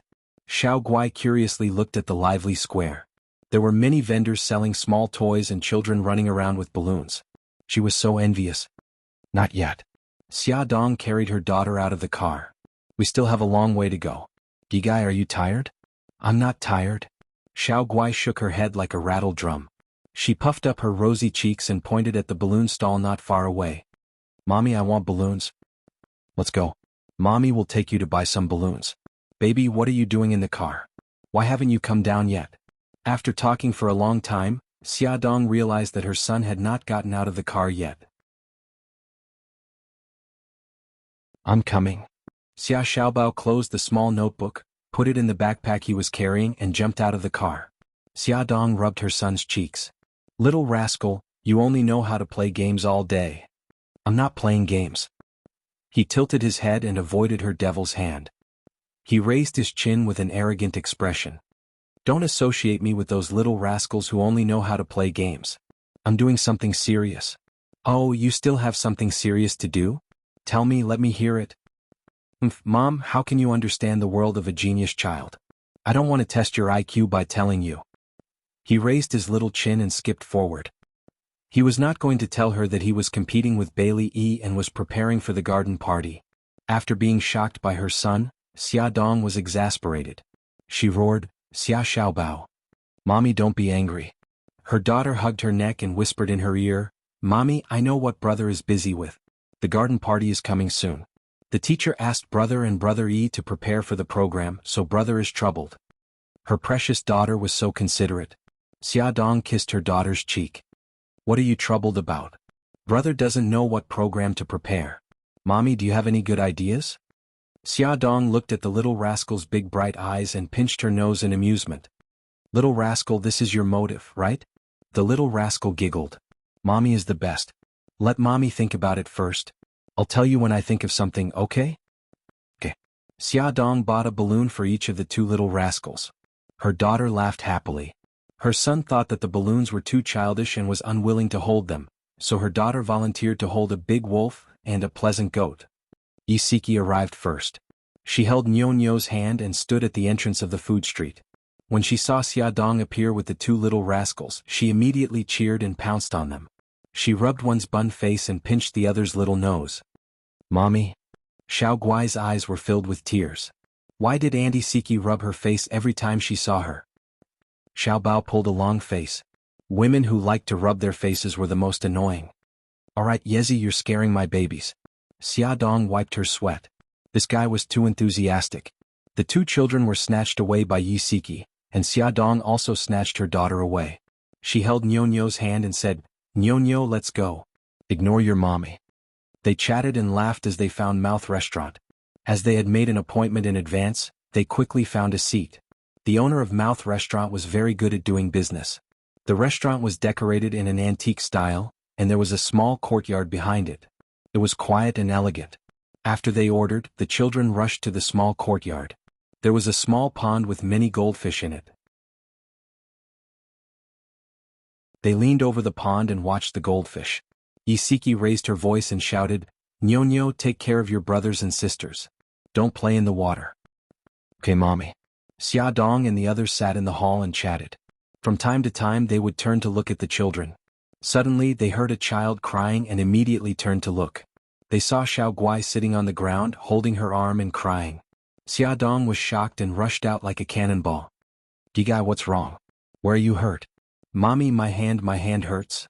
Her fair little hand pressed tightly on her arm, and blood seeped out between her fingers. Xia Dong's heart suddenly tightened. She hurriedly held her arm and said, Gigai, take your hand away. Let Mommy have a look. As soon as Xiao Guai released her hand, blood flowed out of the wound like water. The wound was about 5 centimeters long. Xia Dong was distressed and anxious when she saw it. Isiki was also anxious. Xia, hurry and send Xiao Guai to the hospital. You go first. I'll take care of Xiao Bao. Xia Dong said, okay. She took out a clean handkerchief from her daughter's backpack and bandaged her arm. Then she carried her daughter and rushed out of the restaurant. When Xia Dong rushed out of the door, Yi Siki remembered that she was pregnant and was not in the right condition for strenuous exercise. She shouted at her back, "Xia Xia, wait." However, she ran very fast and the streets were very noisy. She did not hear Yisiki at all. Yisiki wanted to chase after her, but she had to take care of the two children and couldn't leave. She could only take out her cell phone and call her mother. However, no one picked up after a long time. Xiaodong was probably too anxious to pick up the phone. Xiao Bao observed her expression and realized that something was wrong. "Auntie Siki, do you have something to tell my mommy?" Yisiki held the phone and stomped her feet anxiously. "Yes, I want your mommy to not run so fast. She's not in good health. She can't do strenuous exercise." Xiao Bao pursed her lips, her little face full of determination. "Auntie Siki, I'll take care of Sister Nyonyo. You go find my mommy. Can you do it?" "Yes, Auntie Siki. We'll wait for you at Sweet Mouth." Xiao Bao's eyes were shining like a little adult. Even as an adult, Yisiki felt that the aura she exuded was extraordinary. She couldn't help but believe his words. She quickly ran to the lobby and greeted the boss, asking him to take care of the two children. The boss was very good and nodded repeatedly, promising that he would take care of the children. Yisiki was in a hurry, so she didn't say much. She ran as fast as she did in school and gritted her teeth as she chased after them. Xiaodong ran with her daughter in her arms and kept shouting, "Sorry, please make way, please make way." As she ran, she looked at her daughter in her arms. The wound on her arm was still bleeding, and the blood had already stained the white handkerchief. She sobbed and comforted her daughter, "Gigai, don't be afraid. Mommy will take you to the hospital immediately." Because of her nervousness and fear, she had forgotten about the child in her belly and couldn't wait to get to the hospital as fast as she could. However, there were many people on the food street. She squeezed left and right and bumped into many people, but she didn't run far. She gritted her teeth and rushed forward anxiously. Suddenly, her arm was grabbed tightly by someone. A man stood in front of her and blocked her way. "Xia Xia, I finally found you. Tell Daddy, where is your mother's grave? I want to see her." Xia Jinxing was very excited. This was the first time he had returned to the place where they used to live. He didn't expect it to have changed so much. He also didn't expect to meet his daughter. "Go away, I don't have time to chat with you." Xia Dong struggled in disgust. Xia Jinxing said painfully, "Xia Xia, I know you don't want to see me, but your mother? I just want to know where she's buried. Please tell me, okay?" Xia Dong was anxious and angry. "Xia Jinxing, I'm telling you, my mother doesn't want to see you for the rest of her life. She didn't want to see you when she was alive, and she definitely doesn't want to see you now. Get out of my way." Xia Jinxing's heart ached when his own daughter said "get out," but he was thick-skinned and grabbed her arm. "Xia Xia, take it that Daddy is begging you." Xia Dong looked at her daughter's pale face in her arms. Her eyes were red and she lost all reason as she yelled, "Xia Jinxing, it's not enough that you killed my mother. Do you want to kill my daughter too? My daughter needs to see a doctor urgently. Get out of my way." Xia Jinxing looked at Xia Dong's arms in disbelief. Only then did he notice that the little girl in her arms was pale and her arm was bloody. Blood was still seeping out. He immediately panicked and stammered, "I'm sorry, Xia Xia. I didn't know. Let me help you. Go away, I don't want your fake kindness." Xia Dong glared at him fiercely and pushed him away. Just as she was about to walk forward, Yi Siki's panting voice came from behind. "Xia Xia, wait." Xia Dong had no choice but to stop and wait for Yi Siki anxiously. Xia Jinxing asked hesitantly, "Xia Xia, is this child your daughter? Didn't you say last time that she's your niece? Is the news true? You're engaged to Mika Kito? Is the child his?" Awesome novel Xingwu 799.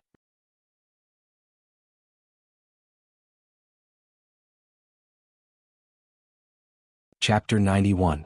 Xia Dong was so annoyed by his series of questions that she was about to explode. She yelled at him, "Xia Jinxing, are you done? What right do you have to meddle in my affairs?" Xia Jinxing's body stiffened and his expression was pained. He seemed to have aged a little and the wrinkles on his face were clearer.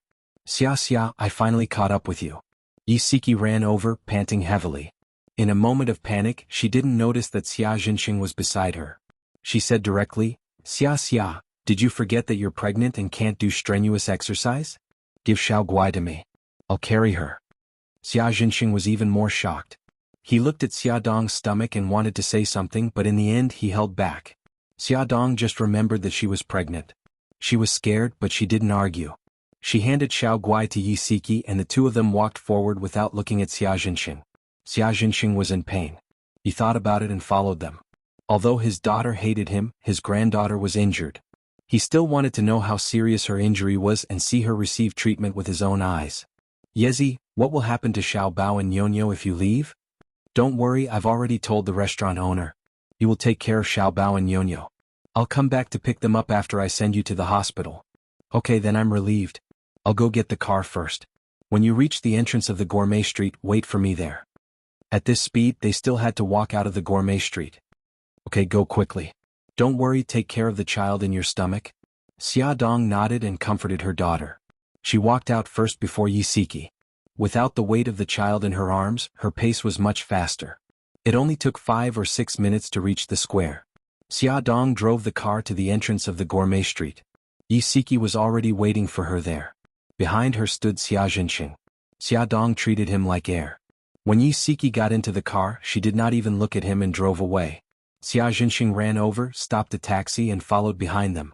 Yisiki checked Xiao Guai's wound and said, "That's your father, right? Just now he asked me if you've been well all these years.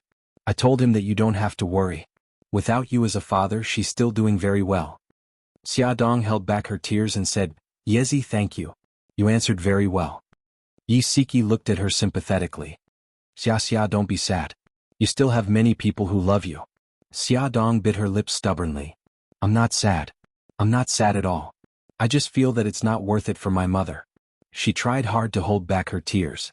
She glanced sideways at Xiao Guai, who was lying in Yisiki's arms. Her heart ached as she said, "Gigai still has a clean handkerchief in her backpack. Yezi, help her wrap it around her wound." Okay. Yisiki did as she said. He wrapped the handkerchief around Xiao Guai's wound, which was still bleeding, and asked, "How long until we reach the hospital?"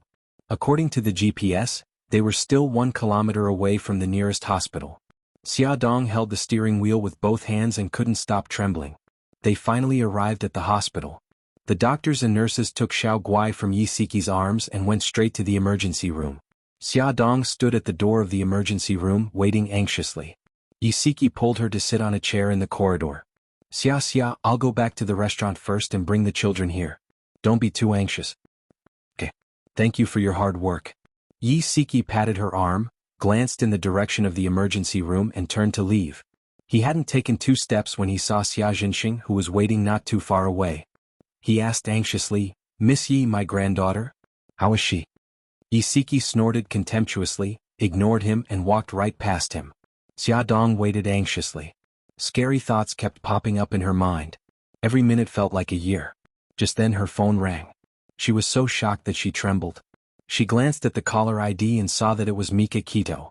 She bit her lip and didn't know what to say to him. Her phone kept ringing. She finally answered the call. "Brother Shin. Xia, are you guys done eating? Do you want me to pick you up?" Xia Dong's voice was a little dry. "Brother Shin, I'm at the hospital." "What happened?" The sound of something being knocked to the ground and Mika Kito's anxious voice could be heard over the phone. Xia Dong choked with sobs. Xiao Guai is injured." Xia, don't worry. Tell me which hospital you're at. I'll come over right away." Xia Dong told him the name of the hospital. The person on the other end comforted her for a while and immediately hung up. The lights in the emergency room were still on. Xia Dong was so scared that her whole body trembled. She didn't know how long she had been in fear. Suddenly there were hurried footsteps in the corridor. Yisiki had rushed over with the children. Xiao Bao silently threw himself into her arms and gently patted her waist, comforting her silently. Xia Dong stroked his head. "Baby, mommy is fine. Are you hungry? Let's go eat something with Auntie Siki, okay?" Xiao Bao hugged her and said in a muffled voice, "It's okay, Mom. I'm not hungry. It's all my fault. I didn't take good care of Gigai. That's why she got injured." According to him, Xiao Guai had knocked into a big tree by the pool and her arm was cut by a branch. At that time, Nyonyo was standing closest to Xiao Guai. When she saw Xiao Guai injured and bleeding, she was scared silly. Now that she had recovered, she burst into tears. Yisiki quickly hugged her precious daughter and coaxed her. "Nyonyo, don't cry. Don't cry.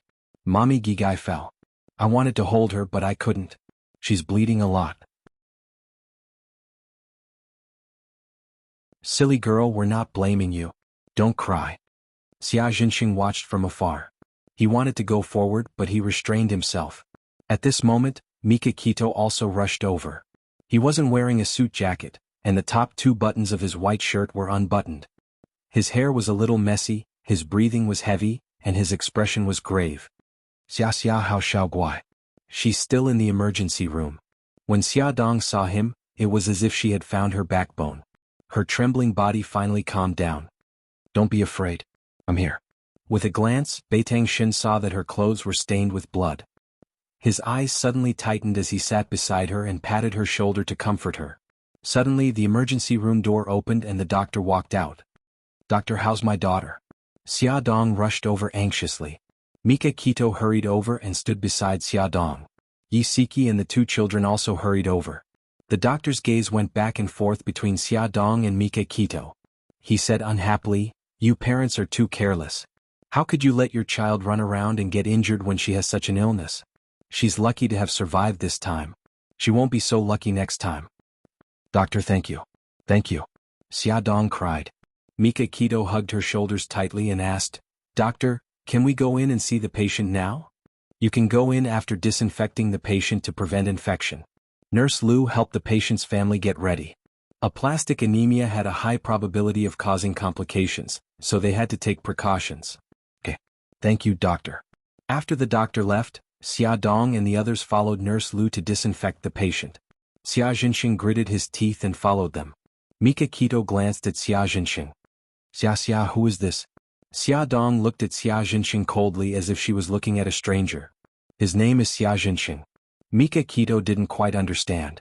Yi Siki coughed and explained, "He's Xia's father. However, he abandoned her when she was very young." Xia Jinxing's old face flushed red. Xia Dong said coldly, "Xia Jinxing, you're not welcome here. Please leave." Mikakito hugged her shoulders and tried to persuade her. Xia, don't be like this. Your father is just worried about Xiao Guai." "He's not my father." Xia Dong coldly pushed Mikakito's hand away. Mikakito looked at her heartless expression and knew that she couldn't persuade her. If she forced her, she would only annoy her, so she said, "Mr. Xia, Xiao Guai is fine now. Please leave." Xia Jinxing looked sadly at his daughter, who deliberately turned her head away and didn't want to look at him. He nodded bitterly. "You must be Mr. Beitang. Please take good care of Xia. She has a bad temper, but she's very kind. Please make her happy." "I will," Mikakito said solemnly. Xia Jinxing left with a belly full of pain. His once imposing figure now looked so weary, but Xia Dong didn't want to sympathize with him at all. Let's go in." After disinfecting, they changed into special clothes and walked into Xiao Guai's ward. Xiao Guai lay quietly among a pile of instruments and tubes. Her pale and haggard face was so small that it made one's heart ache. Even in her sleep, her little brows were still furrowed. Xia Dong stroked her forehead with heartache. Mikakito helped her sit down and said softly, Xia, are you hiding something from me?" He clearly remembered that the doctor had said that, the child has this illness. What illness did Xiao Guai have that was so serious that she needed to be isolated in the ward? Yi Siki knew that they had something to talk about, so she asked the children to leave with her. It was getting late. She was worried about Lin Shihao, so she called him. When she found out that he was still working overtime at the hospital, she briefly explained her situation.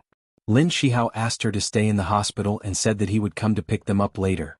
In the ward, Xia Dong looked down to hide the sadness in her eyes. She said, "Brother Shin, I didn't mean to hide it from you. I just didn't want you to worry." Mikakito held her shoulders and forced her to look up at him. "You think I won't worry when you're like this? Tell me, what are you hiding from me?"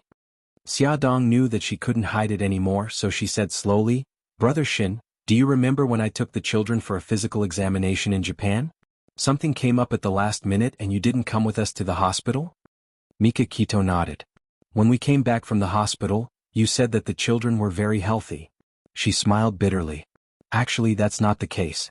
Xiao Guai was diagnosed with aplastic anemia, which is a type of bone marrow hematopoietic failure.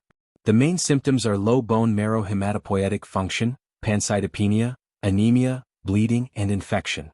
Xiao Guai's condition is considered severe. At that time, the doctor said that Xiao Guai still had 1 year left. Now she should only have 10 months and 4 days left." Mikakito's body trembled as he looked at the little girl lying on the bed in shock. He couldn't believe that the little cutie who had been acting coquettishly in his arms this morning, had contracted such a terrible illness. He muttered, but she looks normal. Come and see. Songshu 566.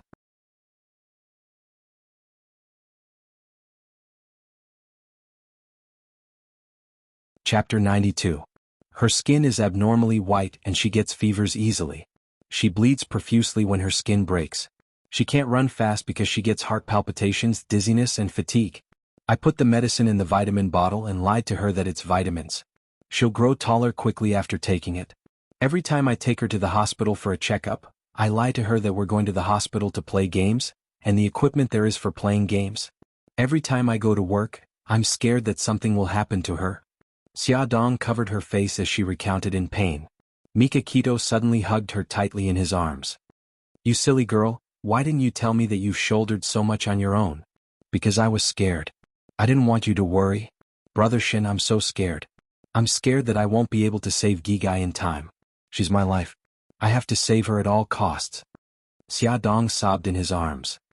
We'll find a way. There's only one way. She lifted her head from his arms, her face full of tears. That is to have a child related to her and use the child's naval blood to save her. Mika Kito froze. Something flashed through his mind. So you and Bailey Han? Yes, that's the reason? Xia Dong wiped away the tears on her face and smiled strangely. Brother Shin, I've succeeded. I'm pregnant. As if struck by lightning, Mika Kito's face instantly lost all color. His body stiffened and he didn't move. Her eyes were filled with passion. I can finally save Gigai.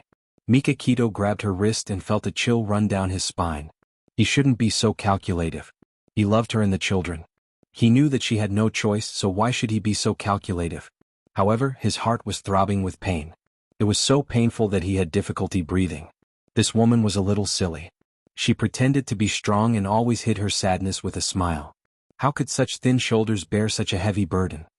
He hugged her tightly and said word by word, when the child is born, I'll treat him as my own flesh and blood. I won't mistreat him. Xia Dong lay in his arms and cried even louder. In the hospital, there was a sad atmosphere, but in the old mansion in Bailey, there was a joyous atmosphere.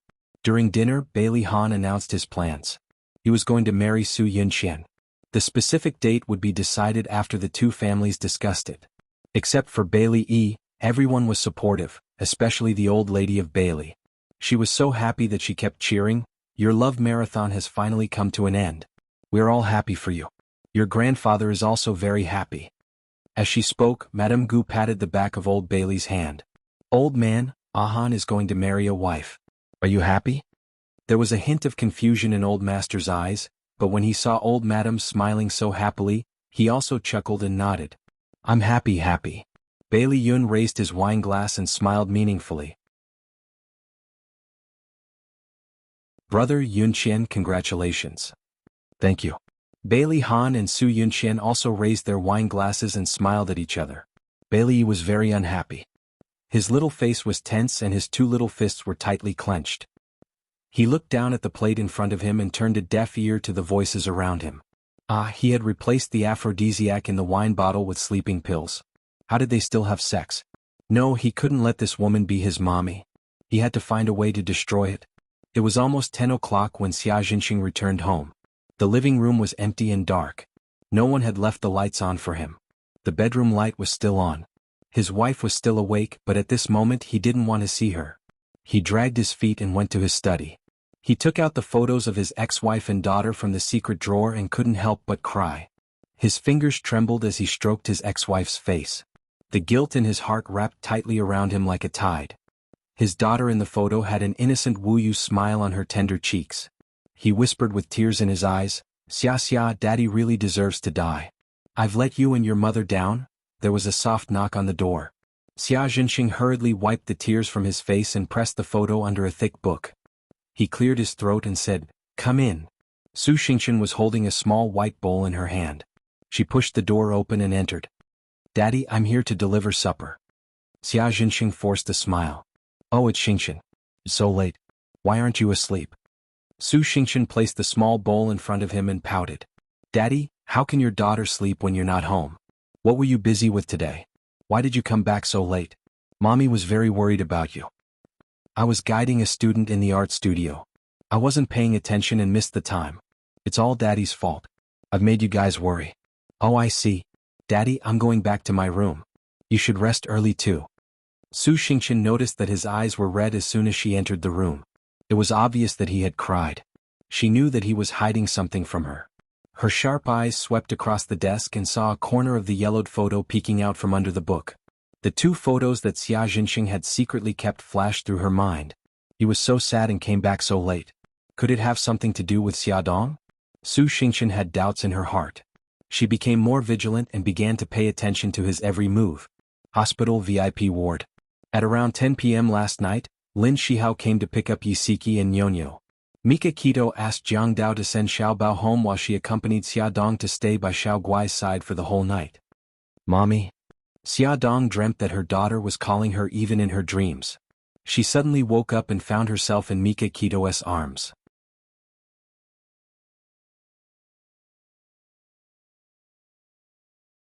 Okay, Mommy will get you some water.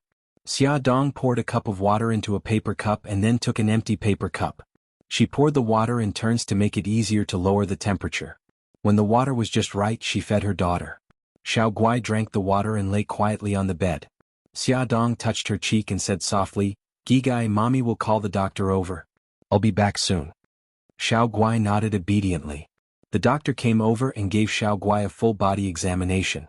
After confirming that her condition had stabilized, he invited Xia Dong to the office and said, Miss Xia, the patient's condition has stabilized, but I suggest that she stay in the hospital for a few more days. How many days will it take? 5 days. If you're busy with work and don't have time to take care of the patient, our hospital can provide caregivers. The caregivers are all professionally trained and will take good care of your daughter. Thank you. I do need a caregiver to take care of my daughter. After arranging the caregivers, she asked, Doctor, based on my daughter's current condition, how long can she last? A few months at most. She must have surgery as soon as possible. Xia Dong clenched her hands nervously. Doctor, can my daughter last for 10 months? The doctor frowned. It's going to be difficult. Even if she survives through chemotherapy until then, her physical condition will be very bad. The success rate of the surgery is relatively small. Xia Dong's eyes were full of anticipation and anxiety. It's relatively small, but it's not hopeless, right? In theory, yes. After walking out of the doctor's office, Xia Dong did not return to the ward directly. Instead, she sat on the bench in the corridor. She covered her face helplessly. She was so worried and scared, but she was a mother. If even she was not brave, what would happen to her child? She only gave herself 2 minutes to complain. 2 minutes later, she stood up energetically and pushed open the door of the ward with a smile. Gigai? Her voice stopped abruptly because she saw someone she did not want to see. That person was sitting by Xiao Guai's bed, holding toys to make her happy. Mommy, Grandpa bought me a lot of toys. Mommy? Xiao Guai suddenly closed her mouth because she realized that her mommy's expression was very ugly. Xia. Xia Jinxing stood up uneasily. Don't be angry. I just came to see the child. I'll leave right away. Awesome novel Hongcha 866.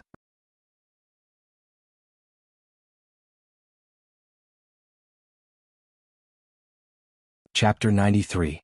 Xia Dong clenched her fists and tried to control her anger. She didn't want to scare the child, so she said as calmly as possible, Please don't come here again.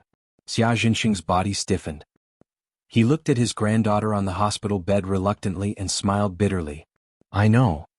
He waved at his granddaughter. Gigai, Grandpa is leaving now. You have to listen to Mommy and get better soon, okay?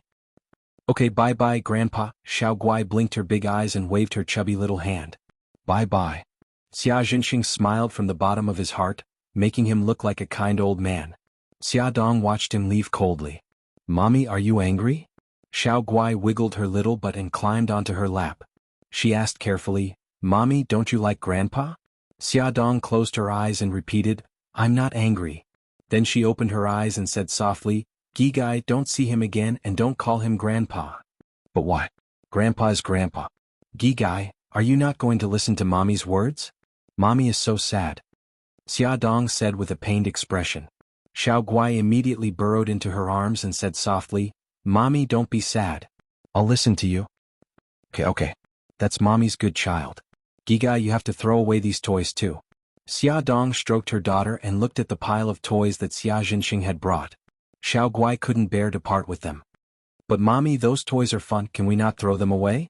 Mommy will buy you a new one and I'll buy you more fun ones, okay? Okay then. Xiao Guai watched her mommy take the toys out and throw them into the trash can. Ooh, Grandpa, I'm sorry. At noon, Xia Dong received a call from the director. Xia Dong, can you come to the company? There's an urgent matter that needs your attention. Director, what's the matter? There's a problem with Xinghao Group. They suddenly want to unilaterally terminate the advertising contract with us. The advertising department sent the termination agreement over this morning. You signed the contract with them, so it's better for you to be responsible for the termination of the contract. I don't understand. Why would Xinghao Group suddenly terminate our contract? Wasn't the initial advertising investment very successful? I don't understand either. Terminating the contract doesn't benefit Xinghao Group at all. I don't know what they're thinking. Do you have time to deal with this matter this afternoon? Xia Dong looked at her daughter who was lying on the bed and playing with her fingers in boredom. She gritted her teeth. I'm sorry, Director. I have some personal matters to attend to here. I really can't leave. How about I talk to Xinghao Group and discuss the termination tomorrow? Okay, that's the only way. Xia Dong patted her daughter's head. Gigai, play by yourself for a while. Mommy will go out and make a call. Okay, Xia Dong walked to the end of the corridor and dialed the office number of Xinghao Group's advertising department director, Renjijia. Her secretary Miss helped her transfer the call. Hello, I'm Renjijia. Xia Dong went straight to the point. Director Rin, our charm magazine has been working with Xinghao Group for 2 months. The advertising revenue has always been good. You also expressed that you are very satisfied. Why did you suddenly terminate the contract? Renjijia facepalmed. Miss Ya, actually, I'm not very clear about this matter. This is our president's idea. The termination of the contract was also personally ordered by him. Xia Dong was silent for a moment and said, Okay, I understand. I have something to do this afternoon. I may not be able to discuss the termination of the contract with you in time. How about we make an appointment tomorrow? Renjijia looked at his schedule and said, I have time tomorrow at 10 o'clock in the morning. Okay, I'll be there on time. After hanging up the phone, Xia Dong was full of doubts. She didn't know what the hell Bailey Han was doing. Didn't he know that he would have to pay more than 10 million yuan just to terminate the contract? Even if he was rich, he shouldn't waste money like this. This guy was really out of his mind. The next day, Xia Dong arranged for a caregiver to take care of her daughter and return to work. Although she didn't want to have anything to do with Bailey Han, he had provided her with a seed that allowed her to save Gigai. With this life-saving grace, she couldn't let him make a mistake and lose a lot of money. Therefore, before discussing with Renjijia, she first went to the president's office. When she saw Xia Dong, Linda quickly stood up. Miss Xia, our president is in a meeting.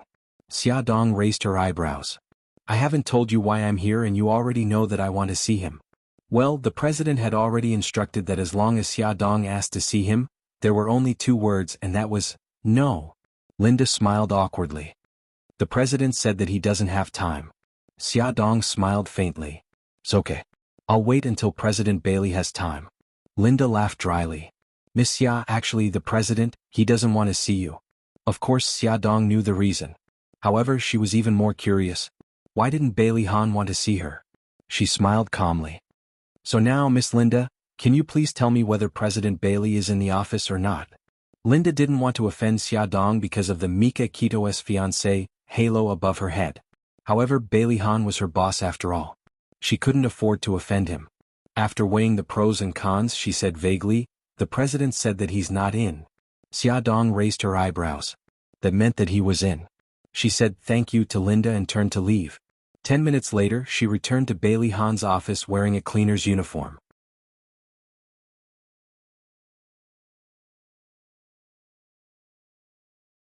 It turned out that he knew about her engagement with Mika Kito and that she had 2 children.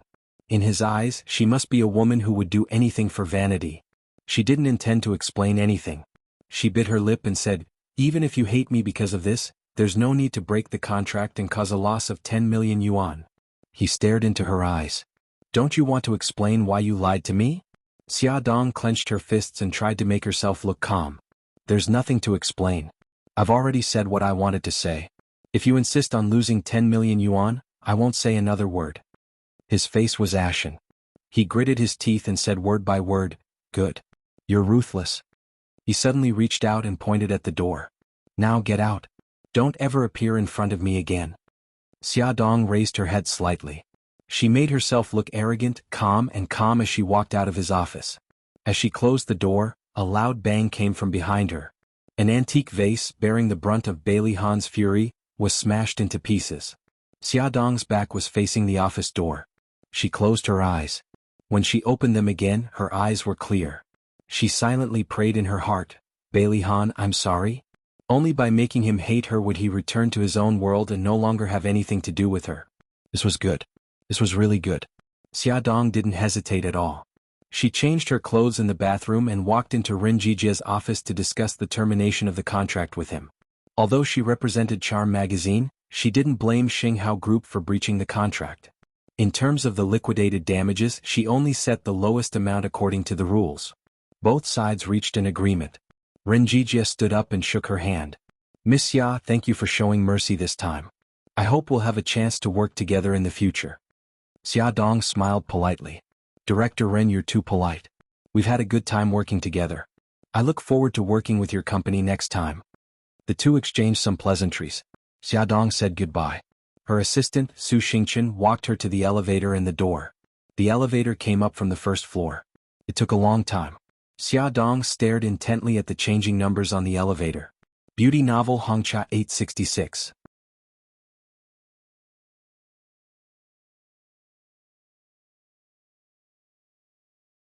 Chapter 94.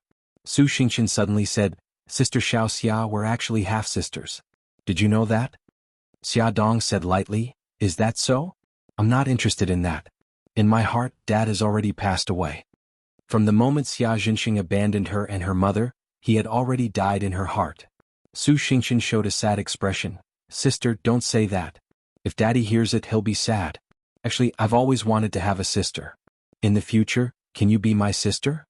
She reached out and wanted to grab Xia Dong, but Xia Dong shook her off and said lightly, Miss Su, please call me Xia Dong. I don't have the fortune to be your sister. Su Xingchen bit her lip, feeling wronged.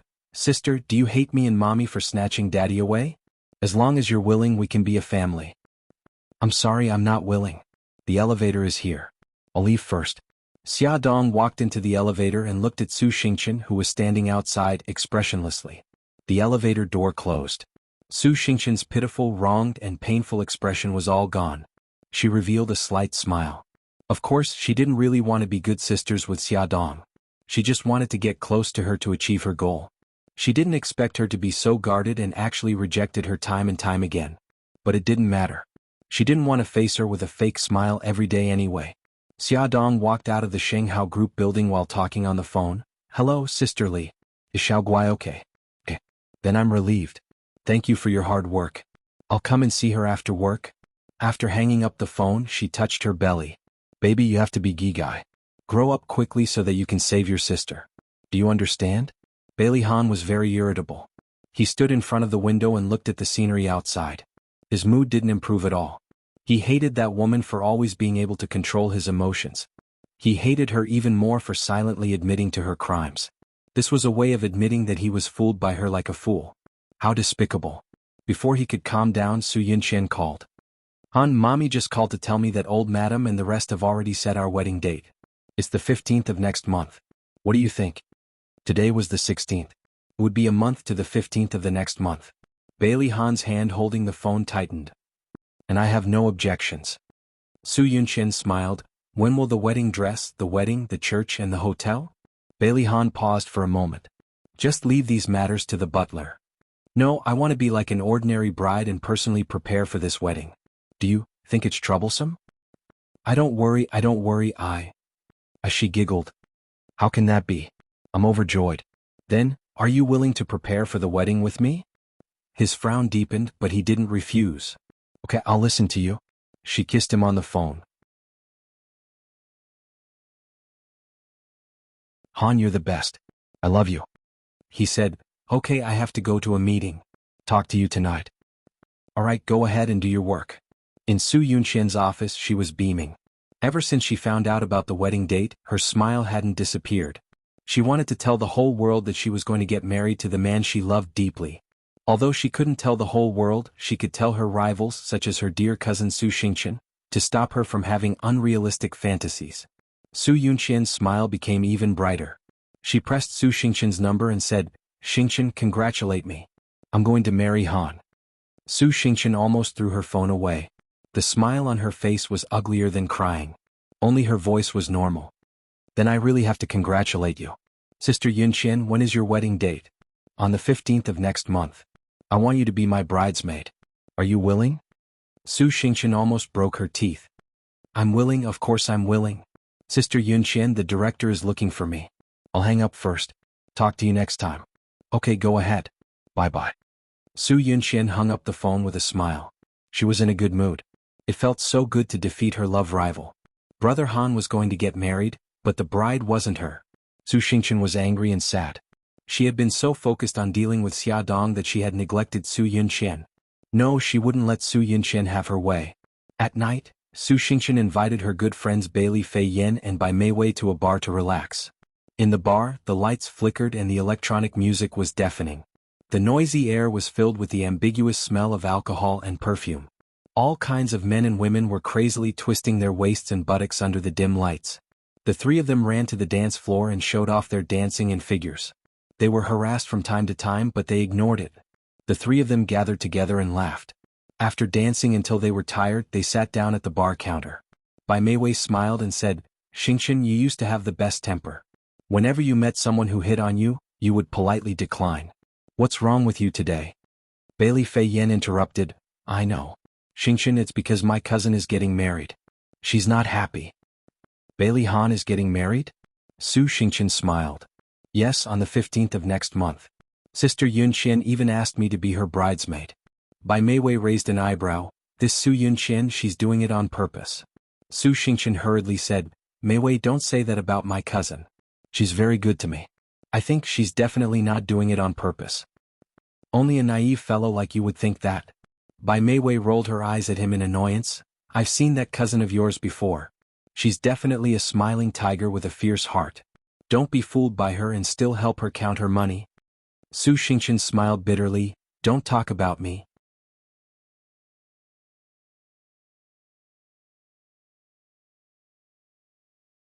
Bai Meiwei happily called out, "Senior, you really came at the right time. Can we trouble you to send us home?" Bai Meiwei helped Su Xingqian into the car. Only then did she know that this was the road that Lin Shihao had to take to get home. Lin Shihao first sent Su Xingqian home, then sent Bai Meiwei to her villa. Bai Meiwei smiled and said, "Senior, thank you so much for tonight. Do you want to come to my house and sit?" "No need. My wife is still waiting for me at home. You should go in quickly. And be careful on the road." Bai Meiwei stood on the side of the road and watched reluctantly as he drove away. In the end she sighed. Why were all good men already other people's husbands? Su Xingqian's words involuntarily flashed through her mind. So what if he's a married man? If you like him, then chase him over. Her heart suddenly began to pound. Chase him over? Could she really do it? Xia Dong spent the night with her daughter again. Mika Kito was still squeezed on the same bed as her. "Brother Shin, you don't have to accompany us." Mika Kito patted her head. "What nonsense are you saying? I've already booked a room in the hotel next to the hospital. Your change of clothes has also been sent over. You can go there to wash up and get ready for work. I'll take care of things here." Xia Dong was very touched. "Brother Shin, thank you. You're always so considerate. Don't say those 3 words to me in the future. I don't like to hear them." He smiled. "You can say those 3 words to me." Xia Dong was curious. "What 3 words?" He raised his eyebrows. "You're welcome." Actually, what he wanted to say was, "I love you." Xia Dong laughed. She went to the hotel to wash up and dress up beautifully. When she returned to the hospital, she saw Mika Kito teaching Xiaoguai Japanese. He hugged her and smiled gently and dotingly, just like a father and daughter. Xia Dong inexplicably felt that this scene was very heartwarming. Xia Dong patted her daughter's head. "Gigai, you have to listen to Auntie Li today. Gigai has to take medicine and injections. Do you understand?" "I understand. Goodbye, Mommy." Her daughter waved her chubby little hands. "Brother Shin, I'm going to work. You should hurry to the office too. Sister Li will take care of Xiao Guai." Awesome novel, Hongcha 866.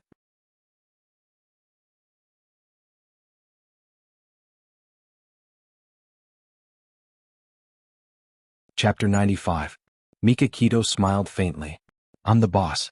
I can go whenever I want. You, on the other hand, will be late if you don't leave now. Xiaodong was speechless. So what if you're the boss? Just as Xiaodong left, Mika Keto's phone rang. It was a call from England. He put down Xiao Guai and patted her head. Gigai, Uncle Shin is going outside to answer the call. He'll be back soon. He walked to the corridor and pressed the answer button. The other party said in English, Boss, the killer whale's death was very clean and did not leave any clues. We've been investigating for a long time, but we haven't found the mastermind. What should we do now? Mika Keto pondered for a moment and replied in English, The mastermind was able to contact the killer whale and get rid of him so cleanly that even you guys couldn't find anything. This means that the mastermind is not simple. We'll put this matter aside for now, but don't let your guard down. I believe that the mastermind will not give up so easily. Who knows, they might make their next move soon. Yes, boss. Mika Keto stood in the corridor and was silent for a while. He then called Jianghu. Jianghu, from today onwards, send someone to the hospital to protect Xiao Guai secretly. You'll be responsible for Xiao Bao's safety. As for Xiaodong, he would protect her personally. At the morning meeting, Xiaodong commented on everyone's topic and finally picked a more novel topic to be the main topic of the next issue of the magazine. Peter, I think your topic about performance art is very good. Nowadays, many artists use art to inspire people to think about nature and social issues. This topic is worth exploring. Peter nodded repeatedly. As Xiaodong spoke, her eyes lit up. Some time ago, I saw a video uploaded by a netizen on the internet. It said that there's a school called Yutong Primary School in a remote mountain area. There's only one teacher in the school. He used to study art, but now he teaches all the subjects. I have an idea. If we invite this teacher to lead all the students in the school to complete a work of art, then our magazine will do a special interview. First, it will make the topic of art more creative. Second, we can use the influence of the magazine to help the children in that school. That's a great idea. Peter took the lead and applauded. For a moment, the applause was thunderous. Xiaodong reported this matter to the director as a project, which also aroused the director's great interest. Art is not only a matter of fashion, but also a matter of social welfare. Xiaodong, your idea is very good. Xiaodong smiled and said, Since the director approves of this idea, I would like to apply for an activity fund from the company. I would also like to apply for a charity to donate to the school. The director pondered for a moment. There's no problem with the funds for the event. As for the charity, we still need to communicate with the corporation. I'll do my best. Thank you, director. I'll wait for your good news. The efficiency of the director was quite high. The next day he informed Xiaodong that the matter of the charity was settled. The corporation agreed to donate 500,000 renminbi to the school in the name of the magazine. However, the corporation named Xiaodong to be in charge of this activity. Xiaodong knew that this was actually the time for the corporation to test her ability. Xiaodong contacted the only teacher in Yutong Primary School, Ning Feng, in advance. Ning Feng was not old. He was a man in his early 30s, but year-round heavy work made him look like a man in his 40s. When Xiaodong mentioned the interview to him, he was so excited that he was almost speechless. He held Xiaodong's hand and kept thanking her. Chief Editor Xia, thank you so much. I thank you on behalf of the 73 children in our school. Teacher Ning, you're welcome. Our magazine also needs the help of you and the children. The artwork for the interview will require more effort from you. The artwork can be a painting or a sculpture. The theme and scope are up to you. As long as the theme of art and fashion is highlighted, it will be fine. Understood, understood. I will definitely put my heart into it. Xiaodong and Ning Feng made an appointment for the interview. At that time, the magazine would send photographers and interviewers to the school for the interview. Xiaodong deliberately set the time for the interview on the second day after Xiao Guai was discharged from the hospital, which was this Saturday. This way she would not miss the time to pick up her daughter because of work. On the day of picking up the child, the doctor invited Xiaodong and Mika Keto to the office and told them a lot of things to pay attention to. He also suggested that with the child's current physical condition, it was no longer suitable for her to continue to study in the kindergarten. It was best to take her home to recuperate. Back at home, Xiaodong bathed Gigai. She immediately ran to Xiao Bao's room and cuddled with her brother. The two little guys did not have a chance to spend a long time together. As soon as they met, they chattered non-stop. Their giggles could be heard from the room to the living room from time to time. Listening to the laughter, Xia Dong felt very at ease. She nestled on the sofa and did not want to move. When Mika Keto finished washing and cutting the fruit and brought it to her, she had already fallen asleep on the sofa. He knew that she had been very tired recently. She had been running back and forth between the hospital, the company, and home. At night, she often had nightmares when she slept. He could not bear to wake her up. He bent down, put his hands around her waist, carefully picked her up and put her on her bed. Xia Dong slept until the next morning. When she woke up, she was still a little confused. She thought that she was in the hospital. Suddenly, she saw two hairy heads popping out from beside her bed. She was shocked. "Ha, mommy, your dazed expression is so cute." Xiao Guai jumped up with a funny face and stuck out her little tongue. "It's over. Mom was scared silly by us." Xiao Bao touched her little chin with a regretful expression. "You two rascals. How dare you laugh at me? Look at my invincible photon wave." Xia Dong stretched out her arms and imitated Crayon Shinchan's movements. She sent out photon waves with a biu-biu sound. The two little rascals cooperatively fell onto the bed and lay there motionlessly. "You two, now you know how powerful I am, right? Do you still dare to bully mommy?" Xia Dong pounced over and hugged them. She kissed them on the left and right cheeks. We don't dare to, we don't dare to." Mika Keto heard the laughter of the three of them in the kitchen. A faint smile appeared on his cold and handsome face. His lips curved up coldly as he placed the breakfast he had prepared on the table. Then he knocked on the door. "Uncle Shin's breakfast of love is ready. Little rascals, it's time to eat. On lazy mommy, get up quickly. Otherwise, we'll finish all your breakfast." The two little rascals ran to the dining room. Mika Keto crossed his arms and looked at Xia Dong, who was still lying on the bed and refusing to get up. He didn't know whether to laugh or cry. Xia, aren't you going to the mountains for an interview today? Why aren't you getting up yet?" Only then did Xia Dong come to his senses. Wow. He jumped off the bed and said, "I thought today was Saturday. I almost forgot about it." Mika Keto shook his head helplessly. His eyes were filled with love and gentleness. "Don't worry. I don't have anything going on today. I plan to accompany you to the mountains." Xia Dong rushed to the bathroom. As she washed up, she said vaguely, "I don't think so. I'm going with my colleagues. It'll be awkward if you come with me." When she came out of the bathroom, Mika Keto said, "What's there to be awkward about? Don't forget that I'm your fiancé in name." In the end, he was worried about her going alone. No matter how Xia Dong tried to persuade him, Mika Keto wouldn't listen. In the end, Beitang Xin directly used violence to solve the problem. He picked up the chattering Xia Dong and threw him into his Bentley. Then he sped off. He parked the car downstairs and made a phone call. The cameraman in charge of the shoot, Ding Hao, came out with his camera on his back. When he saw the Bentley, he was stunned for a moment. Then he joked, "Chief editor, the car we're going to use today is really luxurious." Xia Dong laughed. "Don't talk nonsense. This is my friend's car. Let me introduce my friend, Mika Keto. Brother Shin, this is my colleague, cameraman Ding Hao."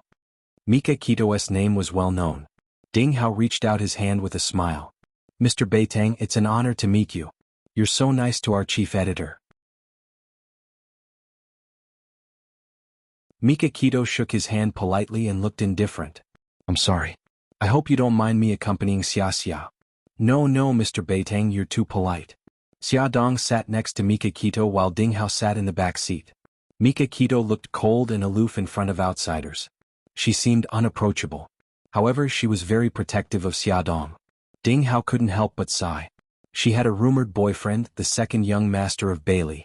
Now she had a fiancé, President Beitang. Chief editor not only had many admirers, but she was also very high quality. Yutong Elementary School was located in a remote mountainous area. The transportation was not very convenient. The mountain roads were full of potholes and it was extremely difficult to walk. They set off early in the morning and didn't reach their destination until the afternoon. The school was very simple. A row of old tile-roofed houses stood in front of them. In front of the houses was a small playground. In the middle of the playground was a flagpole with a bright 5-starred red flag fluttering on it. Xia Dong didn't expect the school to welcome them with such fanfare. All the children stood in 2 rows on the playground with wreaths made of wildflowers in their hands. They shouted, "Welcome! Welcome!" Ning Feng shook their hands excitedly. "Welcome. Our Yutong Elementary School is a little simple. Please forgive us if we don't treat you well. Mr. Ning, you're too polite." Mr. Ning, this is Ding Hao, the photographer of our magazine. This is my friend Mika Kito. We would like to visit the school first and take some photos to let more people know about the school. Is that okay? Of course. This way please. Ning Feng took the three of them to visit the classrooms. There were 73 students in 6 grades, but there were only 3 classrooms. There were all kinds of desks in the classrooms, which were brought by the students from their homes. According to Ning Feng, each classroom could seat 2 grades of students. Every day he would teach students of different grades at different times. The students' cafeteria was a low tile-roofed house with an earthen stove. There were 2 big iron pots on top of the stove. Every day Ning Feng would cook the students' meals for them. The other 2 rooms were the students' dormitory. The children who lived far away from their homes lived in the school and went home once a week. Ning Feng also lived in the school. His office-cum-bedroom was very small. It was so small that there was only a bed, a desk, a chair and a wardrobe in it. After seeing this, Xia Dong's heart was very heavy. Her eyes were wet. Although she was also a poor child, she had never seen such a simple school. Ding Hao's eyes were also red. Even the indifferent Mika Kito was moved. Xia Dong said sincerely, Mr. Ning, I admire you very much. The children are lucky to have a teacher like you. Beauty novel Xinwu 799.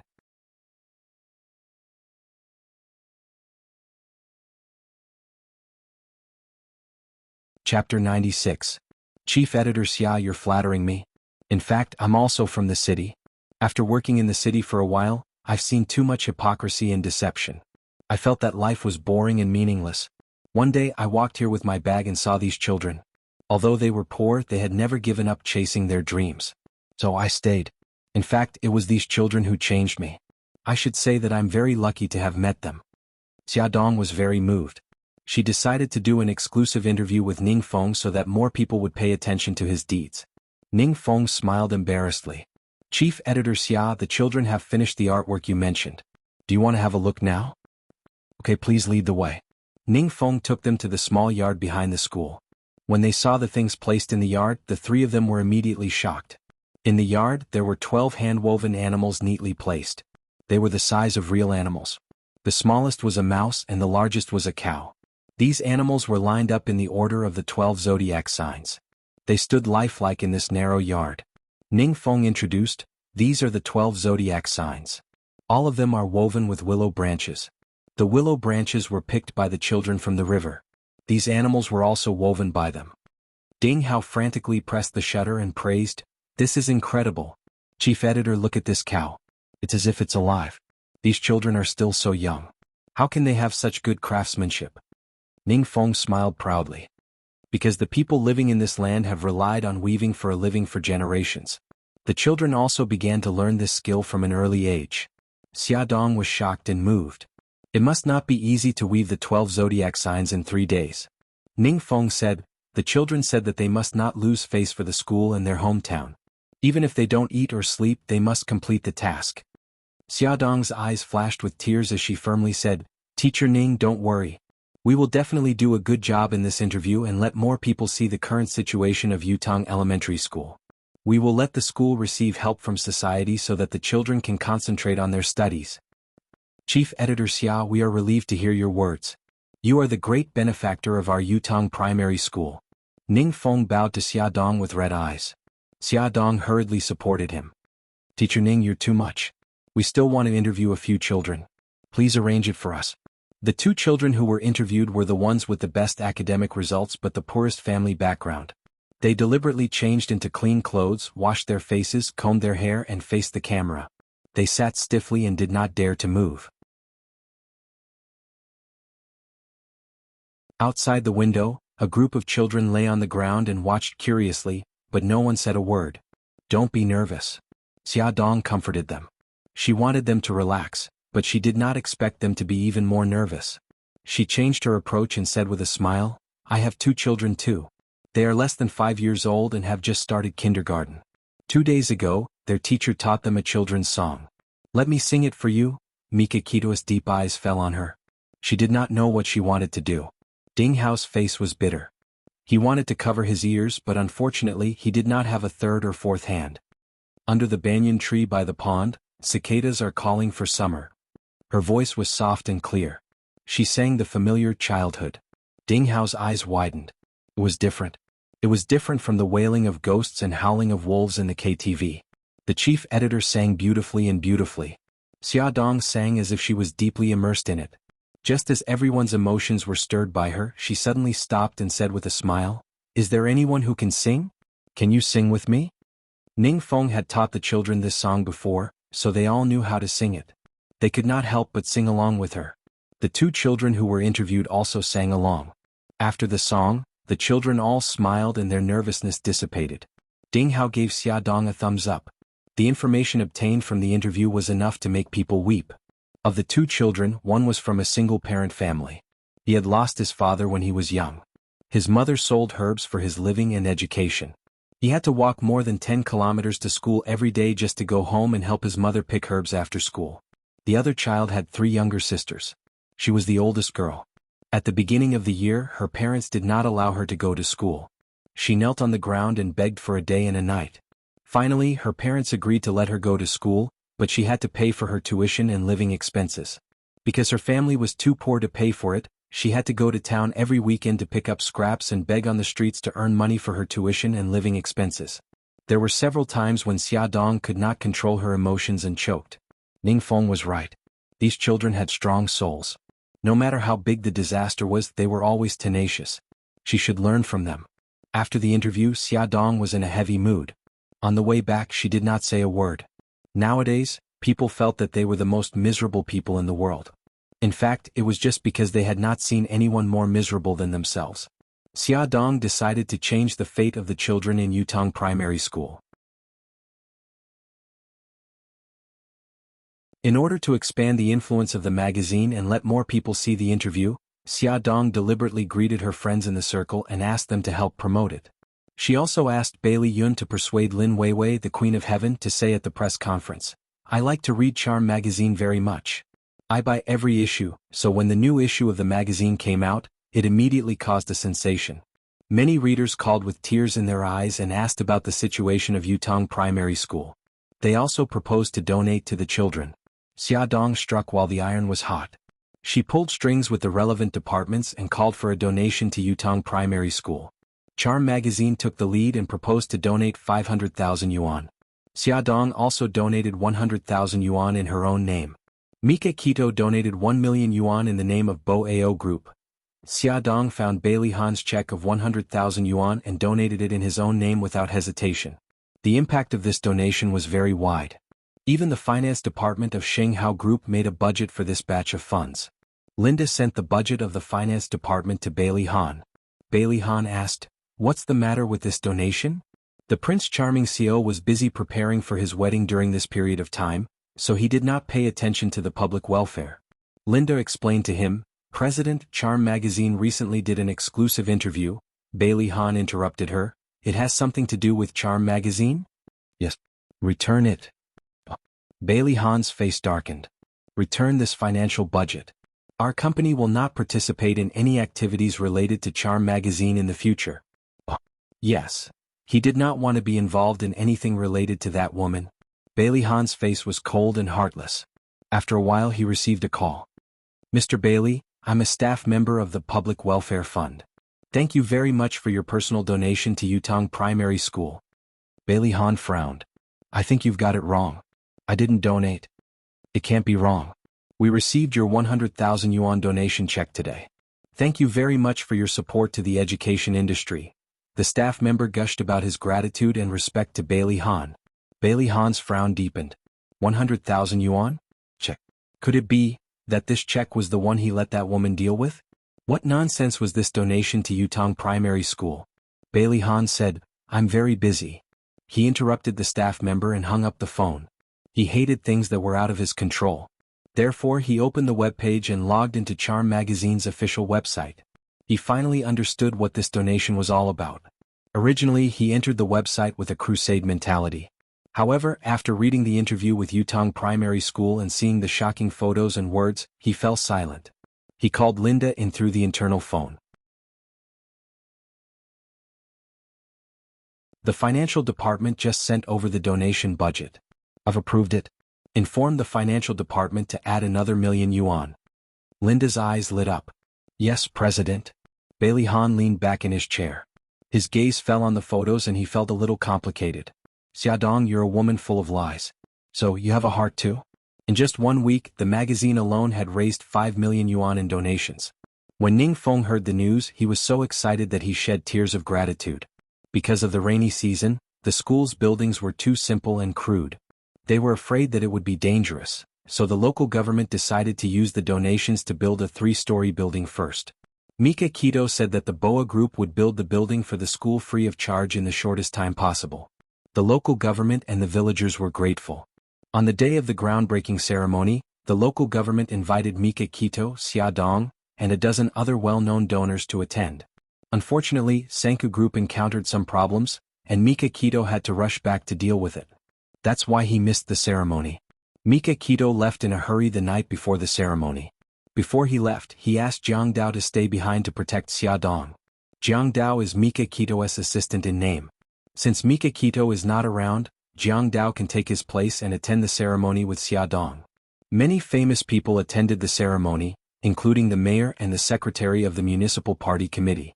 The two of them shook Xiaodong's hand to express their gratitude. Of course, Xiaodong did not dare to claim the credit. She pushed all the credit to teacher Ning Feng and the kind-hearted people who donated. Because of this interview, Xiaodong became a little famous. The CEOs of large corporations all came over to greet her politely. She smiled and responded to them one by one. She was generous and cheerful, and had the temperament of a strong woman.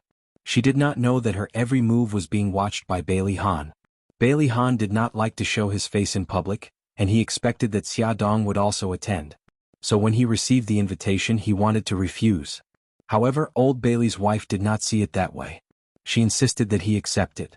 She said that it was a good thing to do charity, and he should treat it as accumulating blessings for Xiao Yi. It was not until the organizers arranged for the ribbon-cutting ceremony that Xiaodong found out that Bailey Han was also there. Bailey Han stood beside her with a pair of scissors in his hand. He was focused on cutting the red silk without looking sideways. From the time he went on stage until he left, he did not look at her at all. After the groundbreaking ceremony, everyone left in their cars. Xiaodong was not in a hurry to leave. She said a few words to Jiang Dao and Lilith. Then she took out her bags from the trunk of the car and went to the classroom to check on the children. Beauty novel Songshu 566.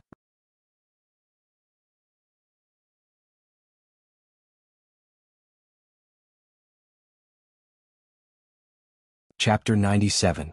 The children were in self-study. Someone with sharp eyes saw her from afar and shouted, "Auntie Xia." All the children rushed out of the classroom and surrounded her, calling her Auntie Xia. Every little face had the brightest smile.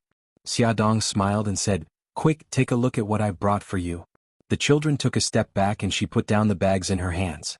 There were 3 bags filled with toys. There were dolls, electric trains, car models, Rubik's cubes, 9 consecutive rings, all kinds of things. There were also 2 bags filled with notebooks, pens and other school supplies. The children cheered and pounced on her. They surrounded Xiaodong, cheering and jumping. Bailey Han had wanted to walk around and check out the school's situation, but he didn't expect to see this scene. Frankly speaking, Xiaodong had a very beautiful face, especially her eyes. When she smiled, they were filled with passion and contagion. At this moment she was smiling very happily. She stroked the children's hair and said something from time to time. Bailey Han's eyes darkened. Finally he turned around and left. After a while, Jiang Dao and Lilith came to look for her. Xiaodong said goodbye to the children. "Children, I'm leaving. You have to study hard and grow up to be useful people to society." The last sentence was actually a little broad. She smiled and changed the way she spoke. Study hard and change your own fate. Change the fate of your family. Auntie Xia will remember it. The children's little faces were filled with determination. They reluctantly sent her to the village entrance and watched her get into the car. The car drove far away, but they were still standing there. Lilith looked at them and sighed. "Chief Editor, I suddenly feel that we've done something very great." Xiaodong smiled. "Do you suddenly feel that you have motivation in life?" Lilith nodded vigorously. Xiaodong laughed heartily. Jiang Dao, who was driving, also smiled. However, something unfortunate happened. When they drove for more than an hour and entered another small town, the car broke down. Fortunately, it wasn't in the middle of nowhere. There was the only car repair shop in town. The young man had never repaired such a high-end car before. After checking it, he helplessly spread out his hands. I'm sorry I can't repair it. I don't have the parts here. Xiaodong asked, Sir, is there a bus to Sidia here? The young man scratched his head. Yes, but there are only 2 trips. One at 8 in the morning and the other at 2 in the afternoon. It's already 3 in the afternoon. Obviously you've missed it. Then is there a private car going to a city? The young man smiled embarrassedly. No, Sidia is too far away and the road to Sidia is very difficult to walk. None of the drivers are willing to go. Lilith stomped her feet anxiously. Then what should I do? It's my grandma's birthday today. I must rush back. Xiaodong patted her shoulder and comforted her. Don't worry, let's think of other ways. Jianghu asked the young man why the car broke down, and then called the car repair shop in City A. The shop assistant said that the problem was not serious, but he needed to change a part. He also said that it would take at least 4 hours to get here. Jianghu asked them to come as soon as possible. Now they could only wait for the car to be repaired. The young man was very enthusiastic. He brought 3 chairs from the house and invited them to sit down. He even made tea. After waiting for about 10 minutes, Xiaodong suddenly saw a Maybach speeding over. It was Bailey Han's car. She had sat in it before and she remembered the license plate number. She stood up abruptly, waving her hands in the air as she shouted, Stop the car! Stop the car! Bailey Han saw someone waving at him from the side of the road. It was Xiaodong. He stepped on the accelerator and rushed over. Xiaodong covered her face in disappointment. Bailey Han saw her bending over and covering her face in the rearview mirror. She looked very disappointed and he actually felt bad. His hands unconsciously slowed down and then slowed down again and again. Finally, he stopped about 100 to 200 meters away from her. Lilith shouted excitedly, It stopped, it stopped. Chief editor looked, the car stopped. Xiaodong looked up in surprise. The Maybach had really stopped, although it was quite far from where they were now. Bailey Han waited for a while, but there was still no movement from the group. He was irritated. Damn idiot, didn't she understand his hint? It had been a minute and he still hadn't driven away. So he should be waiting for them. Xiaodong finally reacted and said to Jianghu, Jianghu, stay here and wait for the people from the repair shop to come. Lilith and I will go back to City A, but, no buts, Jianghu. Bailey Han is a good person. He won't do anything bad to me, so don't worry. Jianghu, I'll leave this to you. Be careful. Lilith, let's go. After Xiaodong gave her instructions, she pulled Lilith and hurried to Bailey Han's side. Before she left, she didn't forget to thank the young man. Because of the baby in her belly, Xiaodong didn't dare to run too fast. She was also worried that Bailey Han would change his mind at the last minute and step on the gas pedal to escape, so she said to Lilith, Lilith, run faster and go over first. I can't walk too fast, so I'll be 1 step behind you. Lilith had the same worry and immediately raised her hands in agreement. Okay, chief editor, be careful. I'll be there right away. Lilith ran over at the speed of the 800-meter long-distance run when she was in college. After a few minutes, Xiaodong walked over leisurely. Bailey Han's face was as black as the bottom of a pot that had been burning for more than 10 years. As for the explanation, Lilith must have already explained it, so Xiaodong didn't say anything more. She smiled politely and said, Mr. Bailey, sorry to trouble you. Bailey Han pursed his lips and ignored her, but he unlocked the back door. Xiaodong and Lilith hurriedly got in. It was finally safe. Coo! Bailey Han's face became even darker. Did he look like the kind of person who would change his mind at the last minute? Yes, you are. The atmosphere in the car was very gloomy. No one spoke. Lilith didn't dare, Xiaodong didn't want to, and Bailey Han didn't care. The car drove in silence for an hour and drove to a small dirt bridge. The bridge was about 70 meters long and 7 to 8 meters wide. A farm tractor rumbled on the bridge. Behind the tractor sat a young woman with a child in her arms. Their car also drove onto the bridge. When the tractor heard the sound of the car, it purposely made way for them. Just as Bailey Han overtook the car, Xiaodong suddenly realized that something was wrong. The bridge was shaking. Several large cracks appeared on the bridge like vines, slowly spreading from one end of the bridge to the other. It was like a scene from a disaster movie. Xiaodong grabbed the seat belt and reminded Bailey Han in a panic, Bailey Han, the bridge is cracking. Bailey Han also saw that the car was about to reach the center of the bridge. There were still more than 50 meters before they would reach the other end of the bridge. It was impossible for them to retreat. The soil bridge was shaking more and more violently. Through the rearview mirror, he could see that the bridge deck at the back of the bridge was slowly collapsing into the river, causing the river water to gush and splash. The tractor was also driving frantically. The desperate cries of the woman and child resounded through the sky, but it was too late. In less than 10 seconds they would be buried in the river with the car. And he had to race against time to drive to the other side of the bridge. These thoughts just flashed past his mind. Bailey Han calmly said to Xiaodong and Lilith, who were sitting in the back, "Close your eyes." Xiaodong quickly closed her eyes. Lilith was so scared that she almost lost the ability to think. She also followed the order and closed her eyes in a daze. Bailey Han stepped hard on the accelerator and the car shot out like an arrow. 1 meter behind the car, the bridge had already collapsed. As the car moved forward, the bridge collapsed, chasing after them. Gravel and soil were constantly falling into the river. The rumbling sound of the collapse was constantly transmitted to Xiaodong's ears. Her heart was in a mess. She grabbed the seat belt with one hand and firmly protected her abdomen with the other. The bridge in front could no longer bear the weight of the car. The Maybach car began to tilt and it was getting worse and worse. Bailey Han's expression didn't change. He stared at the open space at the bridgehead and didn't hesitate to step on the accelerator and rush up.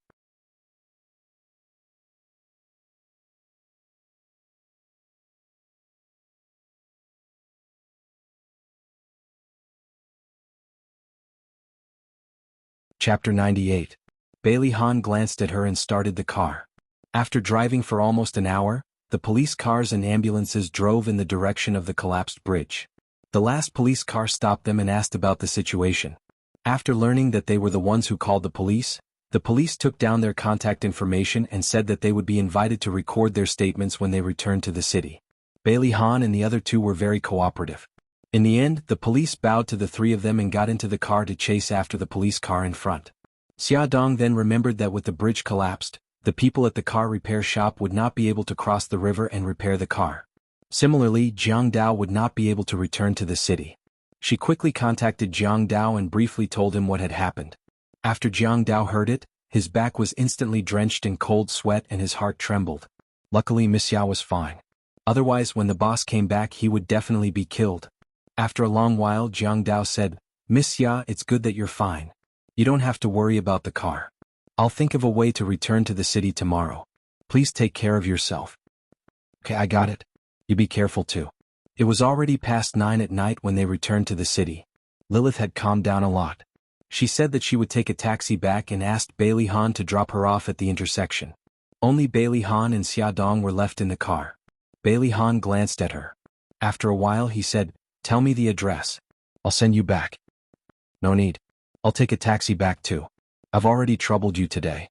Bailey Han emphasized, "Tell me the address." Xiaodong knew that he was a very stubborn person.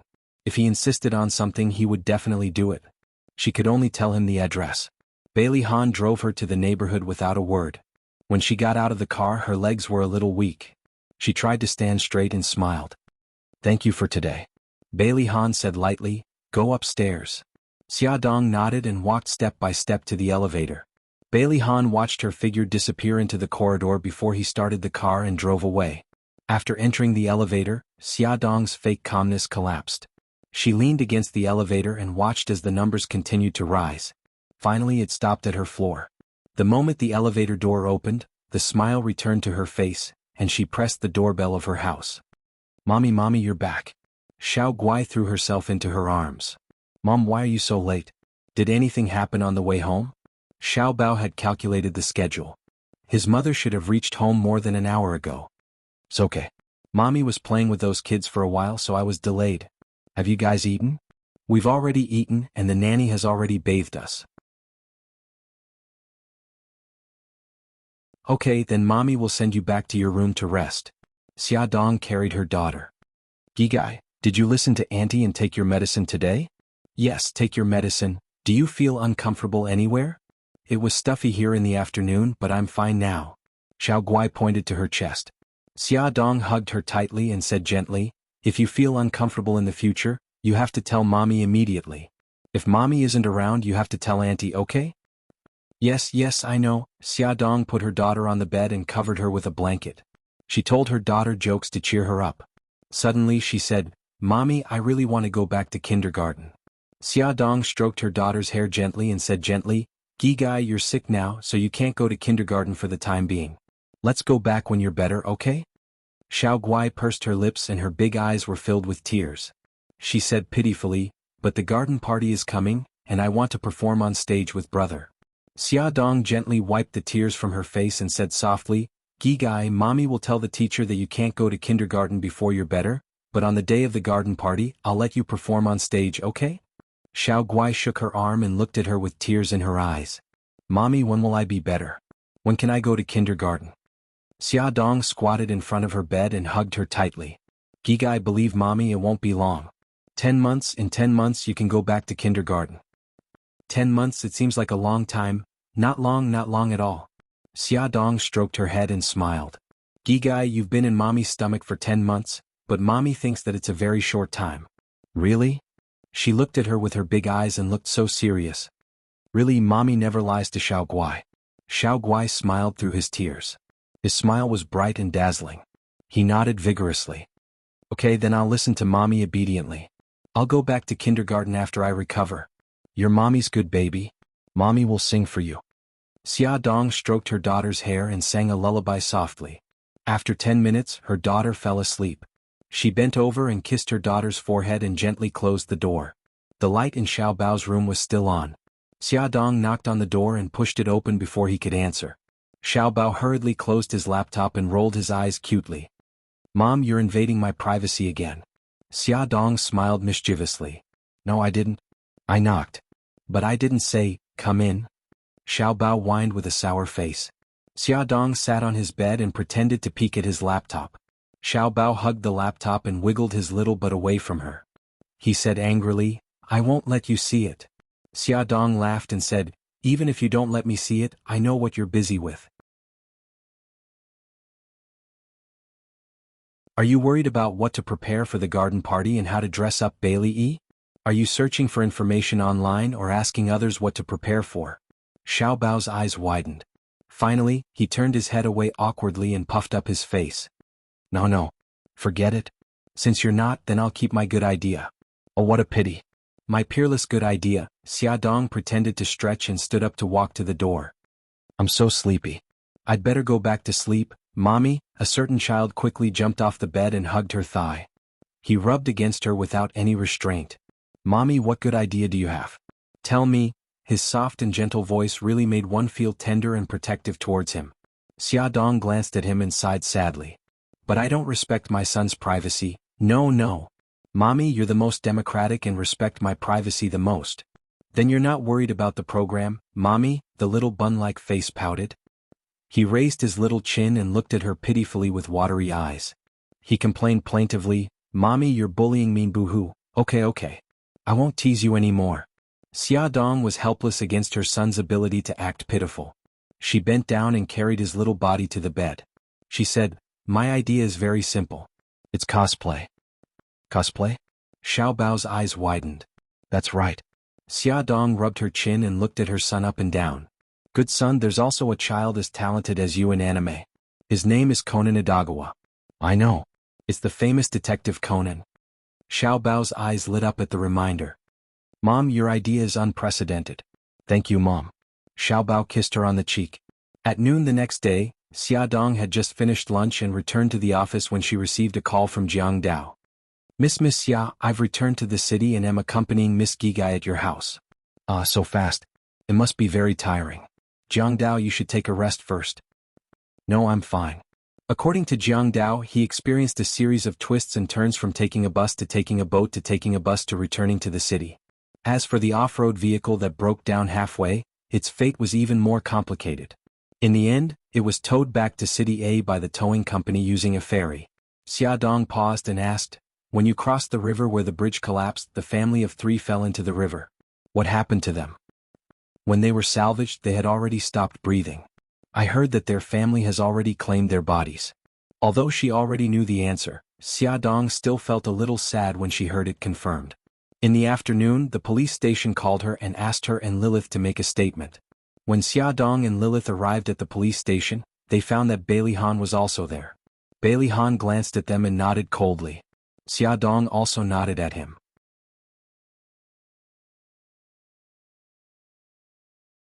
The police recorded her basic information and said politely, Miss Xia, Please tell us what happened at that time. The car drove for about 20 meters and I found that the bridge was shaking. Xia Dong tried hard to recall the situation at that time, and her fingers involuntarily clenched. Lilith's emotions fluctuated even more. Her voice was trembling and she almost burst into tears. Bailey Han was very calm. Even the police couldn't help but praise him after listening to his account. Mr. Bailey, your psychological quality is very good. If you didn't make a prompt decision, I'm afraid that something bad would have happened to you. Bailey Han smiled faintly and didn't say anything. After making a statement last night, the three of them walked out of the police station. Just as they walked to the gate, a Lamborghini stopped. Su Yunxian hurriedly got out of the car and jogged to Bailey Han. She said anxiously, Han, I just called your office. Linda said that you were at the police station. What happened? Bailey Han comforted her. Don't worry, it's nothing. I'm just making a statement. Didn't you go to the groundbreaking ceremony of Yutong Elementary School yesterday? What happened that you need to make a statement? Bailey Han didn't want her to worry. He only said, something small happened on the way back. What the hell happened? Bailey Han sighed and said, the bridge we passed collapsed. Collapsed? Su Yunxian's beautiful eyes surged with panic. She pulled him to look left and right. She didn't find any injuries on him and then she calmed down. Her eyes flashed. We mean? Su Yunxian then noticed that there were two people standing beside Bailey Han. They were Xia Dong and her assistant. Su Yunxian immediately understood. It turned out that Han and Xia Dong went to the groundbreaking ceremony together. She smiled and looked at Xia Dong. Her eyes were a little cold. So Miss Xia went to the groundbreaking ceremony with Han.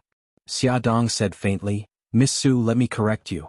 I was invited to the groundbreaking ceremony, and so was Mr. Bailey. We are independent individuals. There is no such thing as together. So it's like this. Su Yunxian's expression didn't change. She smiled indifferently and said, Miss Xia, Han and I are going to get married on the 15th of next month. If you can come to our wedding, we will be very happy. Isn't that right, Han? Attention, Song Shu 566.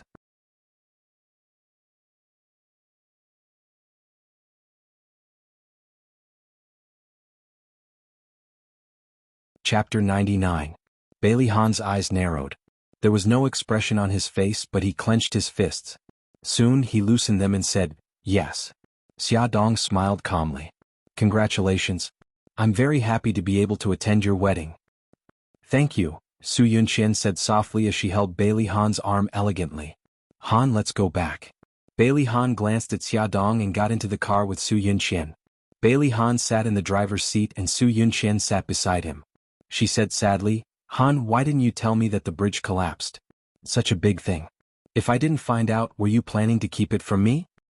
I just didn't want you to worry. I'm fine now, aren't I? Su Yunxian felt wronged. What if something happened? You and Xia Dong went through life and death together, but you don't even want to tell me the truth. Bailey Han suddenly braked and turned to look at her with a serious expression. Yunxian, Xia Dong and I just happened to meet on the road. Her car broke down, so I gave her a ride. Nothing happened between us. Okay, I know. I was just too worried about you. I said the wrong thing. Don't be angry, okay? Su Yunxian hugged his arm and acted coquettishly. Bailey Han smiled. Don't tell my family about this, especially Grandma. I don't want them to worry. Do you understand? Okay, I'll keep it a secret. Su Yunxian leaned into his arms and said, Han, I was really scared just now. Promise me that you won't hide anything from me in the future. In a low voice he said, okay. She looked up and smiled. Do you have time this afternoon? My wedding dress has been sent over from France. Can you accompany me to try on the wedding dress? Bailey Han frowned. I have a meeting in the afternoon. How about tonight? Come to my house tonight. As expected of a famous French designer, Su Yunxian's wedding dress was very beautiful. It was bare-shouldered, revealing the slender and beautiful lines of her neck. Bits of broken diamonds were inlaid in the chest area. The hemline of the dress was a high-grade French snow-white transparent chiffon. It looked solemn and beautiful like a dream. Bailey Han was very satisfied. Su Yunxian pulled him aside and took a photo of herself with her phone. When she went back to her room to change her clothes, she sent a text message to Su Xingqian. In the message she said, Xingqian, help me see if this wedding dress is pretty. 10 minutes later she received a reply from Su Xingqian. It was very beautiful. Sister Yunxian, I have a gift for you. It will be mailed to your office tomorrow. Please sign for it. The next day, Su Yunqian opened the gift Su Xingchen gave her in her office. Her face was pale. It was a medical report. It showed that the person involved was pregnant for 2 weeks. The name of the person involved was Xia Dong. This wasn't a big deal. The problem was that there was a stack of photos under the medical report. They were all secretly taken by Xia Dong and Bailey Han.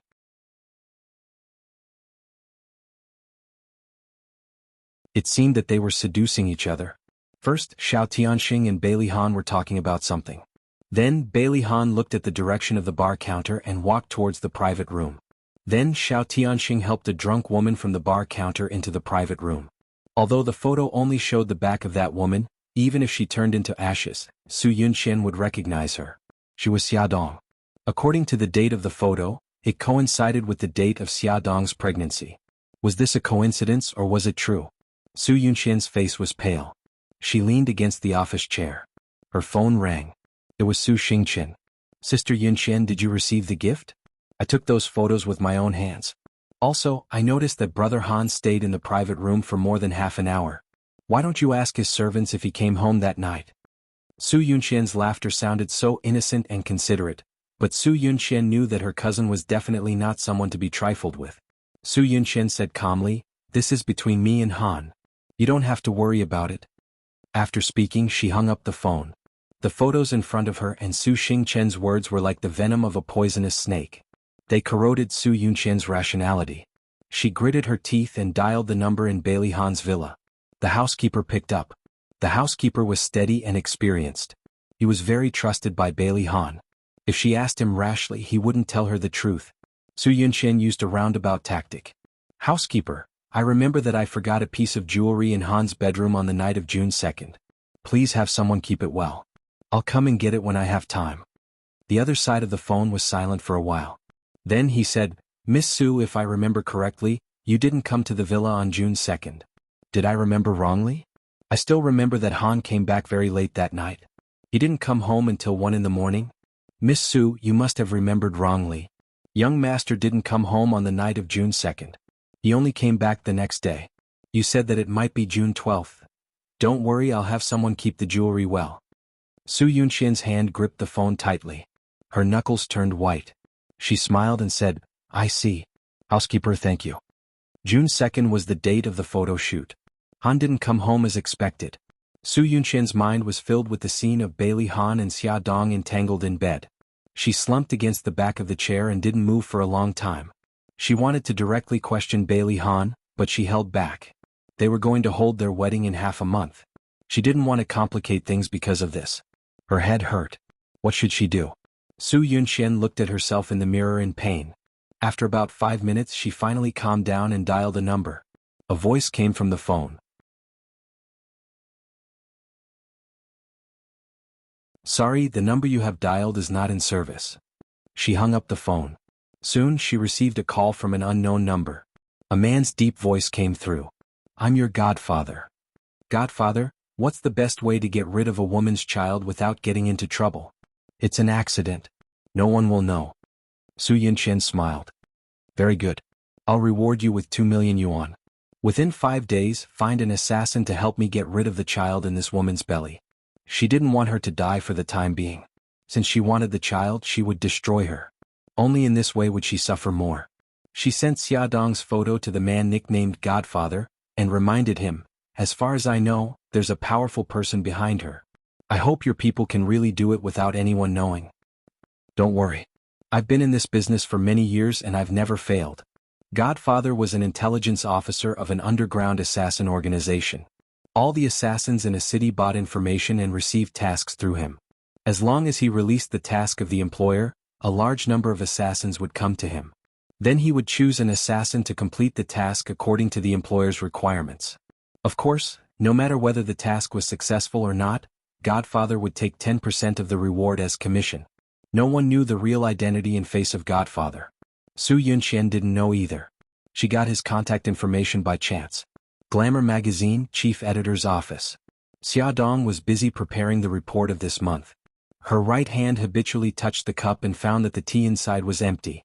So she said to Lilith through the internal line, "Lilith, please make a cup of tea for me." Lilith quickly came in. When she was about to go out with the teacup, she suddenly thought of something and asked mysteriously, "Chief editor, have you had that in the past 2 days?" Xiaodong looked up blankly. "What?" Lilith smiled. "Your period?" "Ah no." Lilith blinked. "That's good." Xiaodong didn't know what she was doing and didn't have time to ask, so she let her be. Soon Lilith put the brewed tea on her right hand. Xiaodong was almost done preparing the documents and the tea was cold.